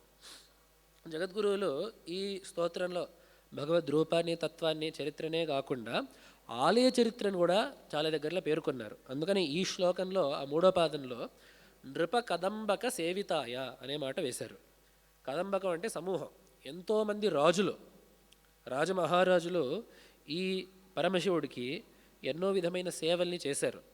ముఖ్యంగా మనకి విజయనగరం రాజుల నుండి ఈ పీఠం యొక్క 12 ఆచార్యులైన విద్యారణ్యుల యొక్క అనుగ్రహంతో ఏ విజయనగర సామ్రాజ్యం అయితే మొదలైందో ఆ విజయనగర సామ్రాజ్యం యొక్క రాజుల నుంచి మొదలుకొని నిన్న మొన్నటి మరాఠాలు, కళది నాయకులు వరకు కూడా, నిజానికి నిన్న మొన్నటి సీఎంల వరకు కూడా, రాష్ట్ర మంత్రుల వరకు కూడా అందరూ కూడా పాలకులు ఈ మలహానికరేశ్వరుడికి విశేషమైన సేవల్ని చేశారు. మనకి 1458 నాటి ఒక శిలాశాసనం కూడా మన దగ్గర ఉంది. 1458లో హరిహరరాయలు ఈ ఆలయం కోసం, ఈ ఆలయంలో శివరాత్రిని జరపడానికి కొన్ని మాన్యాలు వ్రాసిచ్చినట్లుగా, దీనికోసం కొన్ని నిధుల్ని కేటాయించినట్లుగా మనకి ఆనాటి శాసనం ఒకటి ఉంది. అంటే ఈ ఆలయంలో ఉత్సవాలకి, శివరాత్రి ఆది ఉత్సవాలకి కూడా ఆ కాలం నుండి రాజులు ఎంత భక్తి శ్రద్ధలతో వాళ్ళు వారి తరఫున సమర్పణలు చేశారో మనకు తెలుస్తుంది. అదేవిధంగా కెళది నాయకులు, వాళ్ళు ఈ కర్ణాటక రాజ్యంలో ఈ భాగాన్ని పాలించిన రాజవంశం, వాళ్ళు కూడా 1600 కాలంలో వాళ్ళు ఈ ఆలయాన్ని పునర్నిర్మాణం చేశారు. చుట్టూరుండే ప్రహారీ గోడ, అదేవిధంగా మలహానికరేశ్వరుడు ముందుండే నందీశ్వరుడు, ఇవన్నీ కూడా ఆ రాజుల యొక్క సహకారంతో ఈ ఆలయంలో ఏర్పడినవి. కాబట్టి ఈ విధంగా రకరకాల రాజుల యొక్క సేవలను అందిపుచ్చుకున్న ఘనత కూడా ఈ మలహానికరేశ్వరుడికి ఉంది. కాబట్టి ఆలయ చరిత్రను కూడా మనకి ద్యోతింపజేస్తూ జగద్గురువులు ఈ మాటని ఇక్కడ రాశారు. నృప కదంబక సేవితాయ పిత్రేస్తు తారకజిత ప్రణతి భవాయ. ఇక్కడ శివుడిని భవశబ్దంతో పిలిచారు. ఈ భవుడు అనే నామము మనం అనుకున్నట్లుగా ఎలాగైతే శర్వుడు అంటే శివుడి యొక్క భూమూర్తికి పేరు, అదేవిధంగా భవనామము శివుడి యొక్క జలమూర్తికి పేరు. ఎందుకంటే జలశబ్దానికి అర్థం ఏంటంటే భవతి జగదస్మాత్, ఇతని నుండి జగత్తు ఉద్భవిస్తూ ఉన్నది, లేదా ఇతని నుండి జగత్తు తన యొక్క ఉనికిని నిలుపుకుంటోంది అని చెప్పి అర్థం. కాబట్టి మనకి ప్రాణానికి ఆధారమైనది ఏమిటంటే జలం. అసలు సంస్కృతంలో జలానికే జీవనము అని చెప్పి ఇంకో పేరుంది. కాబట్టి అటువంటి జీవన ప్రదాతి అయిన వాడు పరమేశ్వరుడు. కాబట్టి ప్రణతిర్భవాయ, అటువంటి భవుడికి నమస్కారము అని చెప్పి జగద్గురువులు ఇక్కడ పేర్కొన్నారు. అటుపై శ్లోకంలో మరొక ఆలయ విశేషాన్ని చెబుతున్నారు ఇక్కడ జగద్గురువులు. శ్రీమన్ నృసింహగురుణాభినవేన సద్య సంస్థాపితం నిజతనూజం అచింత్య శక్తిం స్తంభస్థితం ప్రథమ పూజ్యమవేక్ష్య నిత్యం మోముద్యమాన హృదయాయ నమశివాయ. ఇక్కడికి కొద్దిగా మారింది. మొదటి 2-3 శ్లోకాల్లో మలహానికరేశ్వర నమో మలహానికరేశ్వరాయ, నిత్యం నమోస్తు మలహానికరేశ్వరాయ అని వచ్చింది. దాని తర్వాత ప్రణతిర్భవాయ అని వచ్చింది. ఇక్కడి నుంచి జగద్గురువులు ఆ పంచాక్షరీ మంత్రాన్ని ఒక 2-3 శ్లోకాల్లో పెట్టారు. నమశివాయ అనే ఆ పంచాక్షరీ మంత్రాన్ని ఒక 2-3 శ్లోకాల్లో పెట్టారు. ఇక్కడ చరిత్ర ఏమిటంటే, మనం ఇప్పటివరకు శివుడు ఇక్కడ ఎట్లా వచ్చాడో చెప్పుకున్నాము, అమ్మవారు ఈ క్షేత్రంలో ఎలా వచ్చిందో చెప్పుకున్నాము, అలాగే సుబ్రహ్మణ్య స్వామి కూడా ఈ క్షేత్రానికి ఎలా వచ్చాడో చెప్పుకున్నాము. మరి వీళ్ళ కుటుంబంలో మిగిలిపోయిన వాడు నిజానికి కుటుంబంలో మొదటివాడు. ఈ శివ పరివారంలో ఎవరెవరినైతే మనం స్మరించుకుంటామో వాళ్ళలో అయ్యవారు, అమ్మవారు, సుబ్రహ్మణ్య స్వామి. మరి 4వ వాడు ఎవరంటే ముందు అనుకోవాల్సిన, అందుకనే ప్రథమ పూజ్యం. ఏ దేవుడినైతే ముందు తలుచుకోవాలో అతన్ని చెప్పడం ఇంకా అవ్వలేదు, కాబట్టి ఆయన్ని ఇప్పుడు చెప్పుకుంటున్నాము. ఈ గణపతిని ఈ ఆలయంలోకి సాన్నిధ్యంతో తెప్పించిన వారు ఎవరంటే అంటే శ్రీమన్ నృసింహగురునాభినవేన, అభినవ నృసింహభారతీ స్వామి వారు అని చెప్పి వీరు శృంగేరి పీఠానికి 24 అధిపతులు. అంటే అమ్మవారిని ప్రతిష్టాపించిన సచ్చిదానంద భారతీ స్వామి వారి కంటే ముందు అధిపతులు వారి గురువు గారు. కాబట్టి వారు ఏం చేశారంటే సద్య సంస్థాపితం, వారు అత్యంత త్వరగా ఈ గణపతిని స్థాపించారు అని. ఆయన ఎక్కడున్నాడు ఈ గణపతి అని చెప్పంటే స్తంభస్థితం, ఆయన ఒక స్తంభం మీద ఉంటాడు. అసలు ఈ గణపతికే స్తంభ గణపతి అని చెప్పి పేరు. ఇక్కడ ఐతిహ్యం ఏమిటంటే, ఎప్పుడైనా జగద్గురువులు ఒక పూజ చేసి, అసలు మనకి వైదిక ధర్మంలోనే ఏమన్నా పూజ చేసే ముందు గణపతి పూజ చేయడం అనేది ఆనవాయితీ, అది విధి, అది దాన్ని ఉల్లంఘించకూడదు. గణపతి పూజ చేయకుండా ఇంకేవో పూజలు చేసి వాళ్ళు ఇంకేవో చేశారంటే వాళ్ళు వైదిక మర్యాదను ఉల్లంఘించినట్టు. కాబట్టి ముందు గణపతి పూజ చేయాలి. ఈ స్వామివారు ఆలయంలోకి వచ్చినప్పుడు ఒకసారి వారికి అనిపించింది, ఇక్కడ గణపతి కూడా ఉండుంటే బాగుండు. అంటే మామూలుగా ఏం చేస్తారంటే ఆ ప్రధాన మూర్తి కంటే ముందు ఒక చిన్న గణపతి మూర్తిని పెట్టి అక్కడ పూజ చేసి తర్వాత పూజను కొనసాగిస్తారు. అయితే ఈ జగద్గురువులకు ఏమనిపించిందంటే ఇక్కడ గణపతి మూర్తి కూడా విశేషంగా ఏమైనా ఉంటే బాగుండు, ప్రత్యేకమైన మూర్తి ఒకటి ఉంటే బాగుండు అని అనిపించి వారు ఏం చేశారంటే ఒక పసుపు కొమ్ము తీసుకొని స్తంభం మీద మామూలుగా గణపతి యొక్క ఆకారాన్ని గీచారు. ఆ గణపతిని ఆ ఆకారాన్ని లిఖించారు. ఆ లిఖించిన మాత్రాన వారి యొక్క తపశక్తి ఎటువంటిదంటే, ఆ ఏ ఆకారాన్ని అయితే వారు పసుపు కొమ్ముతో గీచారో ఆ ఆకారంలోనే ఆ స్తంభం నుండి గణపతి కొద్దిగా ఆవిర్భవించినట్లయింది. అంటే ఆ రాతి స్తంభం నుండే ఆ గణపతి యొక్క రూపం కొంచెం పైకొచ్చి కనపడుతుంది. మనకి ఇప్పటికి కూడా వీడియోలో మనం చూస్తే ఆ రూపం స్పష్టంగా తెలుస్తూ ఉంటుంది. పైగా ఎక్కడైతే గణపతి కొంచెం పైకి వచ్చినారో ఆ స్తంభం అక్కడ లోపల ఖాళీగా ఉన్నట్టు కూడా మనకి తెలుస్తూ ఉంటుంది. అంటే ఆ లోపల ఉన్న గణపతి కొద్దిగా బయటకు వచ్చినట్టుగా. అంటే మనకి ప్రహ్లాద చరిత్రలాగా ఎలాగైతే ప్రహ్లాదుడి యొక్క మాటని మన్నించి నరసింహస్వామి స్తంభంలో నుంచి బయటకు వస్తాడో, అదేవిధంగా ఇక్కడ జగద్గురువులు ఆ రూపాన్ని లిఖించంగానే ఆ రూపంతో ఏ రూపాన్ని అయితే వారు గీచారో అదే రూపంతో అక్కడ గణపతి రూపం ఉద్గతమై అక్కడ స్థిరంగా ఉండింది. కాబట్టి ఇప్పటికీ ఆనవాయితీ ఏమిటంటే జగద్గురువులు మామూలుగా చాలా సందర్భాల్లో అమ్మవారి యొక్క ఆలయం నుండి నడుచుకుంటూ, అంటే నరసింహవనం నుండి నది దాటి నడుచుకుంటూ అమ్మవారి ఆలయం దగ్గరకు వచ్చి అమ్మవారి ఆలయం నుండి మలహానికరేశ్వరుడి దగ్గరికి నడుచుకుంటూ వెళ్తారు, కాలినడకన వెళ్తారు. అట్లా వెళ్ళినప్పుడు వారు వెంటనే గోపురంలోకి వెళ్ళి ఆలయ ప్రాంగణాన్ని ప్రవేశించి కాళ్ళని కడుక్కోగానే ముందు పూజ చేసేది అక్కడ గణపతికి. ఈ స్తంభ గణపతిని పూజ చేసి దాని తర్వాత అర్ధమండపం దాటి తర్వాత లోపలికి వెళ్ళి మలహానికరేశ్వరుని తర్వాత అమ్మవారిని పూజిస్తారు. కాబట్టి అది అక్కడ స్తంభ గణపతి యొక్క ఐతిహ్యం. ఈయన ఎటువంటి వాడు అని చెప్పంటే నిజతనూజం, శివుడి యొక్క ఆయన స్వయాన ఆయన కొడుకు. అలాగే అచింత్య శక్తిం, గణపతి యొక్క శక్తిని మనం ఊహించడానికి లేదు. అంటే ఆయన యొక్క పిల్లవాడని చెప్పి ఏదో చిన్న పిల్లవాడు అని చెప్పి అనడానికి లేదు. శివుడి యొక్క పిల్లవాడు అనడంలో తప్పులేదు, కానీ ఉట్టి పిల్లవాడు అని చెప్పి మాత్రం అనలేము. ఇది మనకి దేవతలు వండేందుగా కుమారస్వామి అంటే శివుడి యొక్క కుమారుడు నిజమే, కానీ ఆయన కుమారుడు మాత్రమే అని చెప్పంటే అది కుదరదు. అలాగే గణపతి కూడా చూడడానికి శివపుత్రుడైనా ఇది కూడా పరమాత్మ యొక్క మరొక రూపం. పంచాయతన దేవతలు ఇది ఈశ్వరుడు యొక్క మరొక రూపం. అందుకనే మనకి ఆయన ఎటువంటి శక్తి అని చెప్పంటే చెప్తారు, జేతుమ్యః ప్రథమం ఈ జేతుమ్యస్ త్రిపురం హరేణ హరిణా వ్యాజాద్బలిం బధ్నత స్రష్టుం వారిభవోద్భవేన భువనం శేషేణ ధర్తుం ధరాం పార్వత్యా మహిషాసుర ప్రమథనే సిద్ధాధిపై సిద్ధయే ధ్యాత పంచశరేణ విశ్వజితయే పాయాత్స నాగానన అని ప్రాచీన కాలం నుండి ఒక ప్రార్థన ఒకటి ఉంది. ఆ నాగానన గజాస్యంగా కలిగిన గణపతి నన్ను రక్షించుగాక. ఎటువంటి వాడని చెప్పంటే ఎవరిని ప్రార్థించిన తరువాతనే శివుడు త్రిపురాసుర సంహారానికి ఉపక్రమించాడు. అంటే ఎవరి యొక్క అనుగ్రహంతో శివుడు త్రిపురాసుర సంహారాన్ని చేశాడు. జేతుమ్యస్ త్రిపురం హరేణ. అలాగే హరిణ వ్యాజాద్బలిం బధ్నత, బలి చక్రవర్తిని యాచించడానికి వెళ్ళినప్పుడు నేను ఇప్పుడు చేసే కార్యక్రమం సఫలంగా అవ్వాలి అని చెప్పి అనుకొని విష్ణుమూర్తి ఎవరినైతే ప్రార్థించి ఎవరి యొక్క అనుగ్రహంతో విజయవంతంగా త్రివిక్రముడై బలి నుండి మళ్ళీ త్రైలోక్యాన్ని పొందాడు. అలాగే స్రష్టం వారిభవోద్భవేన భువనం, ఈ సృష్టిని సజావుగా సృష్టించడానికి బ్రహ్మ ఎవరినైతే ధ్యానించి ఎవరి చేత అనుగ్రహింపబడి సృష్టిని సాగించాడో, శేషేణ ధర్తుం ధరాం ఎవరిని ప్రార్థించిన తరువాతనే ఆదిశేషుడు ఈ భూమిని తన యొక్క పడగలపై మోయగలుగుతున్నాడో, పార్వత్యా మహిషాసుర ప్రమథనే మహిషాసురుడిని చంపే ముందు అమ్మవారు ఎవరినైతే ధ్యానించే అసుర సంహారానికి పూనుకుందో, సిద్ధాధిపై సిద్ధయే అసలు ఏ సిద్ధి కావాలన్నా కూడా ఋషులు ఎవరిని ధ్యానించే తమ తపస్సును మొదలు పెడతారో, అలాగే లోకాన్ని చేద్దాం అనుకున్న మన్మథుడు కూడా ఎవరిని ప్రార్థించి తరువాత తన యొక్క విశ్వ విజయాన్ని సాగించాడో అటువంటి గణపతి నన్ను అనుగ్రహించుగాక అని చెప్పి బాధకాల నుంచి ప్రార్థన ఒకటి ఉంది. కాబట్టి ఇంతమంది దేవతలు ఆయన్ని పూజిస్తున్నారు అని చెప్పంటే ఆయన శక్తి ఎటువంటిదో మనం ఊహించలేము. అందుకనే అచింత్య శక్తి, మన ఊహకి అందనటువంటి శక్తిని కలిగిన ఆ గణపతి. అందున ప్రథమ పూజ్యుడు, ఆదౌ పూజ్యో గణాధిప అనేది విధి. ఇదేదో మీకు కావాలంటే చేయండి లేకపోతే మానేయండి అనడానికి లేదు. మీరు ఎవరిని పూజించినా మీ ఏ ఇష్టదేవతని చేద్దామన్నా కూడా ముందు పూజించాల్సింది గణపతిని. వైష్ణవులైనా స్మార్తులైనా శాక్తులైనా ఎవరైనా సరే మొదటి చేయాల్సింది గణపతి పూజ. దాన్ని ఎవరు కూడా అతిక్రమించడానికి లేదు. తర్వాత అచింత్య శక్తి అన్నప్పుడు కవులు ఈ గణపతి యొక్క శక్తిని రకరకాలుగా వర్ణిస్తారు. ఇదొక విధానం. అందరూ దేవతలందరూ కూడా ఎన్ని పూజించాకనే వాళ్ళ కార్యాలను వాళ్ళు సాధించగలిగారన్న ఒక విశేషం.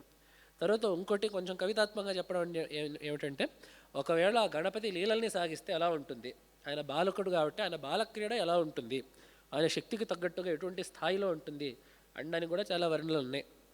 హరవిలాస కావ్యంలో, తెలుగు కావ్యంలో శ్రీనాథుడు అంటాడు, కలిత శుండాదండ గండూషితోన్ముక్త సప్తసాగర మహాజలధర్ములు. ఏనుగులకి అంటే ఏం చేస్తామంటే ఏనుగుల యొక్క అలవాట్లు కొన్ని ఉంటాయి, ఏనుగులు సాగించే క్రీడలు కొన్ని ఉంటాయి. ఆ క్రీడల్ని తీసుకొచ్చి గణపతి మీద ఆపాదించి ఒకవేళ గణపతి ఇటువంటి క్రీడని సాగిస్తే, ఇటువంటి ఆటను సాగిస్తే అది ఎలా ఉంటుంది అని చెప్పడం. అయితే ఏనుగు చేస్తే ఏనుగు స్థాయిలో అది ఉంటుంది. గణపతి స్థాయి ఏమిటి అనే విషయాన్ని మనం వర్ణించేటప్పుడు ఇటువంటి పద్యాలు మనకు వస్తాయి. కాబట్టి ఏనుగు ఒక అలవాటు ఏమిటంటే అది స్నానం చేస్తున్నప్పుడు నీళ్ళని తొండలోకి తీసుకొని పుక్కిలించి పైకి వదులుతుంది. ఇది ఏనుగు యొక్క స్వభావం. మనకి ఇప్పటికీ చూస్తుంటే అది కనపడుతూ ఉంటుంది. మరి గణపతి స్థాయిలో అది ఎట్లా ఉంటుందంటే కలిత శుండాదండ, ఆయన యొక్క తొండంలో గండూషిత ఉన్ముక్త, ఆయన పుక్కిలించి వదిలేస్తే బయటకు వచ్చింది ఏమిటంట సప్తసాగర మహా జలధరములు. ఆయన పీల్చింది సప్తసాగరాలు, వదిలితే అది మొత్తం మేఘమండలం అయిందంట. అది గణపతి యొక్క శక్తి. అలాగే వప్రక్రియాకేళి వశ విశీర్ణ సువర్ణ మేదినీధర రత్న మేకలములు. ఏనుగులకి మరొక అలవాటు ఉంది, దాన్ని వప్రక్రీడ అంటే అంటారు. ఆ వప్రక్రీడ అంటే ఏమిటంటే ఆ ఏనుగు దానికి బాగా కుంభస్థలం మీద బాగా కండూతి వచ్చినప్పుడు అదేం చేస్తుందంటే ఒక కొండను చూసుకొని లేదా ఒక బండరాతిని చూసుకొని దానికి ఇట్లా గుద్దుకొని అక్కడ తలను రాచుకుంటుంది. దీన్ని వప్రక్రీడ అని చెప్పి అంటారు. మన మేఘదూతంలో కూడా వప్రక్రీడ పరిణత గజ ప్రేక్షణీయం దదర్శ అని చెప్పి కాళిదాసు కూడా అదే మాట అన్నాడు. కాబట్టి ఏనుగు స్థాయిలో అయితే అది మామూలుగా కొండనో బండనో చూసుకుంటుంది. మరి గణపతి ఆ పని చేస్తే అని చెప్పంటే వప్రక్రియాకేళి వశ విశీర్ణ సువర్ణమేదినీధర రత్న మేఖలములో. గణపతి కూడా అట్లాంటి క్రీడను సాగించినప్పుడు ఏమైందంటే రత్నసానువులు కలిగిన రత్నపు శిఖరాలు కలిగిన కనకమయమైన మేరు పర్వతమే విశీర్ణమైపోయిందంట. అంటే అది కూడా ఈయన యొక్క తాకిడికి తట్టుకోలేక మేరు పర్వతమే చిట్లిపోతుందంట. అది గణపతి యొక్క శక్తి. దాని తర్వాత ఇంకో మాట ఏం చెప్పారంటే ప్రకట ఫల సంభావన ప్రక్రియ మీదని రత్న మేఖలములు పక్వ జంబూఫల ప్రకట సంభావన చుంబిత భూభృత్ కదంబకములు. మామూలుగా ఏనుక్కి ఏమిటంటే నేరేడు పండ్లు అనేవి బాగా ఇష్టం. నేరేడు పండ్లు కనిపడ్డాయంటే ఆ వృక్షశాఖలను అది తీసుకొని తింటూ ఉంటుంది. మరి గణపతికి ఆయన యొక్క స్థాయికి నేరేడు పండ్లాగా ఏం కనపడుతున్నాయంటే సప్తపర్వతాలు ఉన్నాయి, కులపర్వతాలు ఉన్నాయి. అవన్నీ కూడా ఆయన దృష్టికి నేరేడు పండ్లాగా ఉన్నాయంట. కాబట్టి ఆయన అవన్నీ పండిన నేరేడు పండ్లు అనుకొని వాటిని పీకి చూస్తున్నాడంట, ఇది నేరేడు పండా కాదా అని చెప్పి. ఆయన యొక్క శక్తి అది. తర్వాత కదంబకంలో వికట కండూయ గండక దేహ మండలి ఘట్టిత బ్రహ్మాండ కర్పరములు. ఆయనకి ఏనుగు ఇంకో అలవాటు ఏమిటంటే దానికి శరీరం మీద దానికి రాపిడి వచ్చిందంటే అది ఒక మంచి వృక్షాన్ని చూసుకొని రాచుకుంటుంది. ఆ అలవాటు కూడా ఉంది ఏనుక్కి. కాబట్టి ఏనుక్కి అయితే అది చెట్లను చూసుకుంటుంది. గణపతి దేని చేస్తున్నాడంటే ఘట్టిత బ్రహ్మాండ కర్పరములు. ఈ బ్రహ్మాండానికి పై కప్పు ఏదైతే ఉందో అది ఈయనకి బాగా ఎప్పుడైనా కొంచెం దురదగా ఉంటే ఆయన రాచుకోవడానికి పనికి వాడే ఒక స్థానం ఏమిటంటే ఆ బ్రహ్మాండం యొక్క పై భాగం. కాబట్టి అటువంటి గణపతి యొక్క క్రీడ శాంభవీ శంభు లోచనోత్సవకరములు. ఇదంతా కూడా శివపార్వతులకి కన్నుల పండుగగా వాసవాద్యమృతాశన వందితమ్ములు. ఈ దేవతలందరూ కూడా దీన్ని నమస్కారం చేస్తుండగా ఆ విఘ్నరాజ మదోల్లస ద్విభ్రమములు. గణపతి ఆయనకు బాగా ఊపుగా ఉన్నప్పుడు, బాగా ఉత్సాహంగా ఉన్నప్పుడు ఆయన చేసేటువంటి క్రీడలు మించి విఘ్నోపశాంతి గావించుగాత, మీ అందరికీ విఘ్న సంహారాన్ని కలిగించుగాత అని చెప్పి అక్కడ చెప్పిన మాట. ఎంత ఎందుకు వచ్చిందంటే అచింత్య శక్తి. గణపతిని మనం ఊహించుకునేటప్పుడు ఇటువంటి శ్లోకాలు చెప్పుకుంటే, ఇటువంటి పద్యాలు చెప్పుకునేది ఎందుకంటే ఆయన యొక్క శక్తి ఎటువంటిది, ఆయన యొక్క అపారమైన శక్తి ఎటువంటిది అని చెప్పి ఊహించుకోవడానికి కవులు ఇటువంటి వర్ణనలు చేస్తూ ఉంటారు. కాబట్టి అటువంటి గణపతిని చూచి, ఎందుకంటే ఇది చివరికి ఎప్పటివరకు ఏమైంది, గణపతిని వర్ణించారు ఈ శ్లోకంలో. అటువంటి అభినవ నరసింహ భారతీయ స్వామివారి చేత స్థాపింపబడి స్తంభంలో ఉండి తొలి పూజలు అందుకుంటూ అచింత్యమైన శక్తి కలిగిన తన యొక్క పుత్రుడిని చూసి ఇప్పుడు మళ్ళీ తిరిగి శివుడి దగ్గరికి తీసుకురావాలి. ఎందుకంటే నమస్కారం పెట్టాల్సింది శివుడికి. కాబట్టి అటువంటి తన యొక్క తనయుడిని చూసి మోముద్యమాన హృదయాయ, మిక్కిలి ఆనందించే హృదయము. ఇది మామూలుగా ముదిత హృదయాయ కాదు, మోముద్యతే అని చెప్పంటే ఏమిటంటే సంస్కృతంలో దీనికి ఒక విశేషమైన ప్రయోగం. ఇది యంగ్ అంతా అంటారు. అంటే ఏమైనా ఒక పనిని విశేషంగా పునఃపునః చేసినప్పుడు ఈ విధమైన రూపాన్ని వాడతారు. మామూలుగా నృత్యతి అంటే నాట్యం చేయడం, నరీ నృత్యతే అని చెప్పంటే బాగా విశేషించి మించిపోయి ఇంకా మళ్ళీ మళ్ళీ నాట్యం చేయడం, అది నరీ నృత్యతే. రాజతే అంటే శోభించడం, రారాజ్యతే అని చెప్పంటే బాగా విశేషించి మళ్ళీ మళ్ళీ బాగా చేయడం అని చెప్పంటే, బాగా విరాజిల్లడం అంటే దాన్ని రారాజ్యతే అని చెప్పి అంటారు. అలాగే మోదతే అని చెప్పంటే ఆనందించడం, బాగా విశేషంగా ఇంకా పట్టలేనంత ఆనందం పట్టినప్పుడు దాన్ని మోముద్యతే అని చెప్పి అంటారు. కాబట్టి గణపతిని చూసినప్పుడు మామూలు ఆనందం కాదు శివుడు కలిగేది, అతిశయించిన ఆనందం కలుగుతుంది. కాబట్టి ఆ మోముద్యమాన హృదయాయ, అంతటి ఆనందాన్ని కలిగిన వాడు అయిన శివుడికి నమస్కారము, నమశివాయ అని చెప్పి అక్కడ రాశారు. ఇక్కడ మనం ఇది కూడా చెప్పుకోవాలి, వెళ్ళిపోయి వచ్చే శ్లోకంలో మనం చెప్పుకుందాం. ఇది అంత అయ్యాక ఇంకా మెల్లిగా జగద్గురువులు ఈ శివుడి యొక్క విశ్వరూపాన్ని చెప్పి, క్షేత్రం యొక్క ఐతిహ్యాన్ని చెప్పి, క్షేత్రంలో ఉండే పరివార దేవతలందరినీ కూడా వర్ణించి, ఇప్పుడు అంటే మనం ఊహించుకోవడం అంటే మనం దూరం నుంచి శివుడిని చూసాం, ఇక్కడ ఏదో గుడి ఉంది అని చెప్పి అనుకున్నాం, దగ్గరకు వచ్చాము, ముందు ప్రధానంగా దేవుడు ఆయన యొక్క పరివార దేవతలందరినీ చూసాము. తర్వాత వచ్చేది ఏమిటంటే అసలు ఈ దేవుడు ఎవరు, ఈ నిజంగా ఎలా ఉంటాడు, ఈయన యొక్క స్వభావం ఏమిటి. ఈయన వచ్చింది ఋషిశృంగ మహర్షి కోసం, విభాండక మహర్షి కోసం, పక్కన అమ్మవారు ఉంది, ఎదుటగా గణపతి ఉన్నారు, ఇదంతా బాగానే ఉంది. ఈయనని సేవిస్తే కోరికలు తీరుతాయి, కరువులు తీరుతాయి, ఇదంతా కూడా బాగానే ఉంది.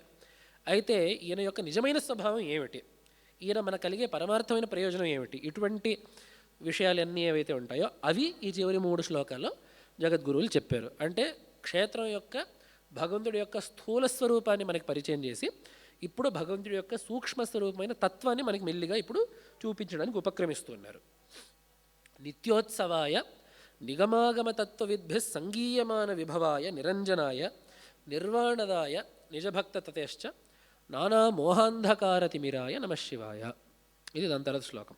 నిత్యోత్సవాయ, ఈయన ఏడాది మొత్తం ఈయనకు ఉత్సవాలే. మనకి మొన్నే అయింది అంధకాసుర వధ అని చెప్పి చేస్తారు. ఒకరోజు రాత్రిపూట అంధకాసురుడు యొక్క బొమ్మని ముగ్గుతో వేసి మల్లాహనికేశ్వరుడిని పల్లకి మీద తీసుకొచ్చి ఆయన చేత ఆయన పాదంతోనే అంధకాసురుడిని చెరిపేసినట్టుగా ఆ ముగ్గుని చెరిపేస్తారు. మళ్ళీ ఆ పక్క రోజు పొద్దున చూసి అంత ఘనకార్యం సాధించానని చెప్పి మళ్ళీ మల్లాహనికేశ్వరుడు అమ్మవారితో మళ్ళీ వస్తాడు. వచ్చి అమ్మవారికి చూపిస్తాడు, చూడు నేను రాత్రి నేను ఇక్కడ అసుర సంహారాన్ని చేశానని చెప్పి చూపిస్తాడు. ఇట్లా రకరకాల ఉత్సవాలు ఉంటాయి. అలాగే సంధానోత్సవం అని చెప్పి ఒకటి ఉంటుంది. సంధానోత్సవం ఏంటంటే అదొక ముచ్చట. అమ్మవారు దేవుడి మీద అలిగినట్టుగా, అయ్యవారి మీద అలిగినట్టుగా ఆమె ఎక్కడో పక్కన ఎక్కడో కూర్చొని ఉంటుంది. వీళ్ళిద్దరి మధ్య రాయబారులు ఉంటారు. ఒక రాయబారి ఇటు నుంచి అటు వెళ్తాడు, అమ్మవారు అయ్యవారు మిమ్మల్ని పిలుస్తున్నారు అని చెప్పి అంటారు. అదేం కుదరదు, ఆయన ఎవరైనా కావచ్చు, నేను రాను అని చెప్పి అంటుంది అమ్మవారు. మళ్ళీ ఇటు వస్తాడు, అయ్యవారి దగ్గరకు వచ్చి అమ్మవారు ఎట్లా అంటుంది ఏమిటంటే, సరే ఈసారి నువ్వు ఈ విధంగా నచ్చ చెప్పు అని చెప్పి అంటాడు. మళ్ళీ ఆ రాయబారి ఇటు వస్తాడు, మళ్ళీ అమ్మవారి దగ్గర ఏదో అంటాడు. ఈ విధంగా మెల్లిమెల్లిగా వాళ్ళిద్దరూ సంధానం అవుతారు. మెల్లిమెల్లిగా వాళ్ళిద్దరూ ఒకటవుతారు. ఇదొక ముచ్చట సాగుతుంది. ఈ విధంగా రకరకాల గిరిజా కళ్యాణం, అది చాలా విశేషమైన ఉత్సవం. ఇది వైశాఖ శుక్ల ద్వాదశి నాడు జరుగుతుంది. అంటే నరసింహ జయంతికి 2 రోజుల ముందు, శంకర జయంతి అయ్యాక. కాబట్టి అక్కడ గిరిజా కళ్యాణం ఇది మహోత్సవంగా మహావైభవంగా జరుగుతుంది. దీని మీద ఎన్నో స్తోత్రాలు కూడా వ్రాశారు. శృంగాద్రిస్థ వివాహ మంటపగతో తుంగా తటావాసినో కళ్యాణంతను తాన్ సమస్త జగతాం గౌరీగిరీశో ముదా. ఈ తుంగానదీ తీరంలో వివాహ మంటపంలో కొలువై ఉన్న కొత్త దంపతులై ఉన్న ఈ భవానీ మల్లాహనికేశ్వరులు అందరికీ కళ్యాణాన్ని కలిగించగాక. కళ్యాణం అంటే పెళ్ళి అనే అర్థం ఉంది, మంగళం అనే అర్థం కూడా ఉంది. ఇటువంటి స్తోత్రాలు కూడా ఉన్నాయి. కాబట్టి ఈ విధంగా నిత్యోత్సవాయ, ఆయనకి ఏడాది మొత్తం ఉత్సవాలే. ప్రతి ఏకాదశికి, ప్రతి ఆర్ద్ర నక్షత్రానికి శతరుద్రాభిషేకం అవుతూ ఉంటుంది ఈ మల్లాహనికేశ్వరుడికి. ఈ రకంగా ఆయనకి ఏడాది మొత్తం ఉత్సవాలే, నిత్యోత్సవాయ. మరి ఈయన యొక్క నిజస్వరూపాన్ని ఎవరు తెలుసుకుంటారు అని చెప్పంటే, నిగమాగమ తత్వవిద్భిः సంగీయమాన విభవాయ. ఆయన విభవం అంటే ఆయన యొక్క వైభవాన్ని ఎవరు పాడుతూ ఉంటారు అని చెప్పంటే, నిగమాగమ తత్వవిత్తులు, నిగమాలు ఆగమాల యొక్క సారాన్ని తెలిసిన వాళ్ళు. ఎందుకంటే భగవంతుడు ఒక మాట ఉంది, తంతు ఔపనిషదం పురుషం పృచ్ఛామి అని ఉపనిషత్తులో ఒక మాట ఉంది. మీరు ఎవరిని తెలుసుకోగలుగుతున్నారు అని చెప్పంటే, ఉపనిషత్తుల ద్వారా మాత్రమే తెలియబడే భగవంతుడు ఎవరైతే ఉన్నారో అతన్ని నేను తెలుసుకోగలుగుతున్నాను అని చెప్పి. ఇంకా ఏ ప్రమాణం కూడా, ప్రత్యక్షమైన అనుమానమైన ఏదైనా కూడా మనకి భగవంతుడిని తెలియజేయదు. ఎందుకని చెప్పంటే భగవంతుడికి రూపం లేదు కాబట్టి ప్రత్యక్షం అక్కడ పనికిరాదు. రూపం లేనప్పుడు ఇంకా అనుమానం మాత్రం ఏం చేస్తాం? అనుమానం అంటే ఎట్లా ఉండాలి? ఒకటి ఉంటే ఇంకోటి ఖాయంగా ఉంటుంది అని తెలుసుకున్నప్పుడు మనం అనుమానం చేయగలుగుతాం. అంటే ఎక్కడెక్కడైతే మనకి ధూమం కనపడిందో అక్కడ తప్పకుండా అగ్ని ఉంది అని మనకు తెలిసినప్పుడు, పొగ కనపడితే ఇక్కడ నిప్పు ఉంది, అగ్ని ఉంది అని చెప్పి మనం అనుమానం చేయగలుగుతాము. కానీ ధూమం మనకు కనపడినప్పుడు లేదా అగ్ని మనకు కనపడినప్పుడు ఆ రెండు సాహచర్య గ్రహణం అంటారు. ఆ వ్యాప్తి గ్రహణం చేయడానికి ఉండదు. కాబట్టి అనుమానము పనికిరాదు. ఆయన లాంటి వస్తువు ఈ భూమండలంలో ఇంకోటి లేదు కాబట్టి ఉపమానము చెప్పలేము. ఉపమానం అంటే ఇప్పుడు మనకేమిటుందంటే అడవిలో ఉండే కొన్ని జంతువులు ఉంటాయి. గో సదృశో గవయ అని చెప్పి అంటారు. గవయం అంటే అది నీకు చూడడానికి ఆవులాగా ఉంటుంది అని చెప్పి అంటారు. అడవిలోకి వెళ్ళి ఆ జంతువుని చూస్తే అది గోవులాగా ఉందంటే ఓహో కాబోలు ఇదే గవయం అని చెప్పి అనుకుంటాడు. అంటే అక్కడ పోలిక ద్వారా వాడికి ఆ వస్తువు తెలిసింది. ఇక్కడ పరమాత్మకి పోలికగా చెప్పడానికి ఏం చెప్పలేదు. నతస్య ప్రతిమ అస్తి అని చెప్పి ఉంది. ఆయనకి ప్రతిమ అంటే పోలిక, ఆయనకి సరిసాటిగా ఉండేది ఏది కూడా లేదు. కాబట్టి ఉపమానము చెప్పడానికి లేదు. మరి ఆయనకి ఏ ప్రమాణం లేకపోతే ఇంకా ఆయన ఉన్నాడని చెప్పడం ఎట్లా అంటే, మనకి వేదం అనేది ఒకటి ఉంది.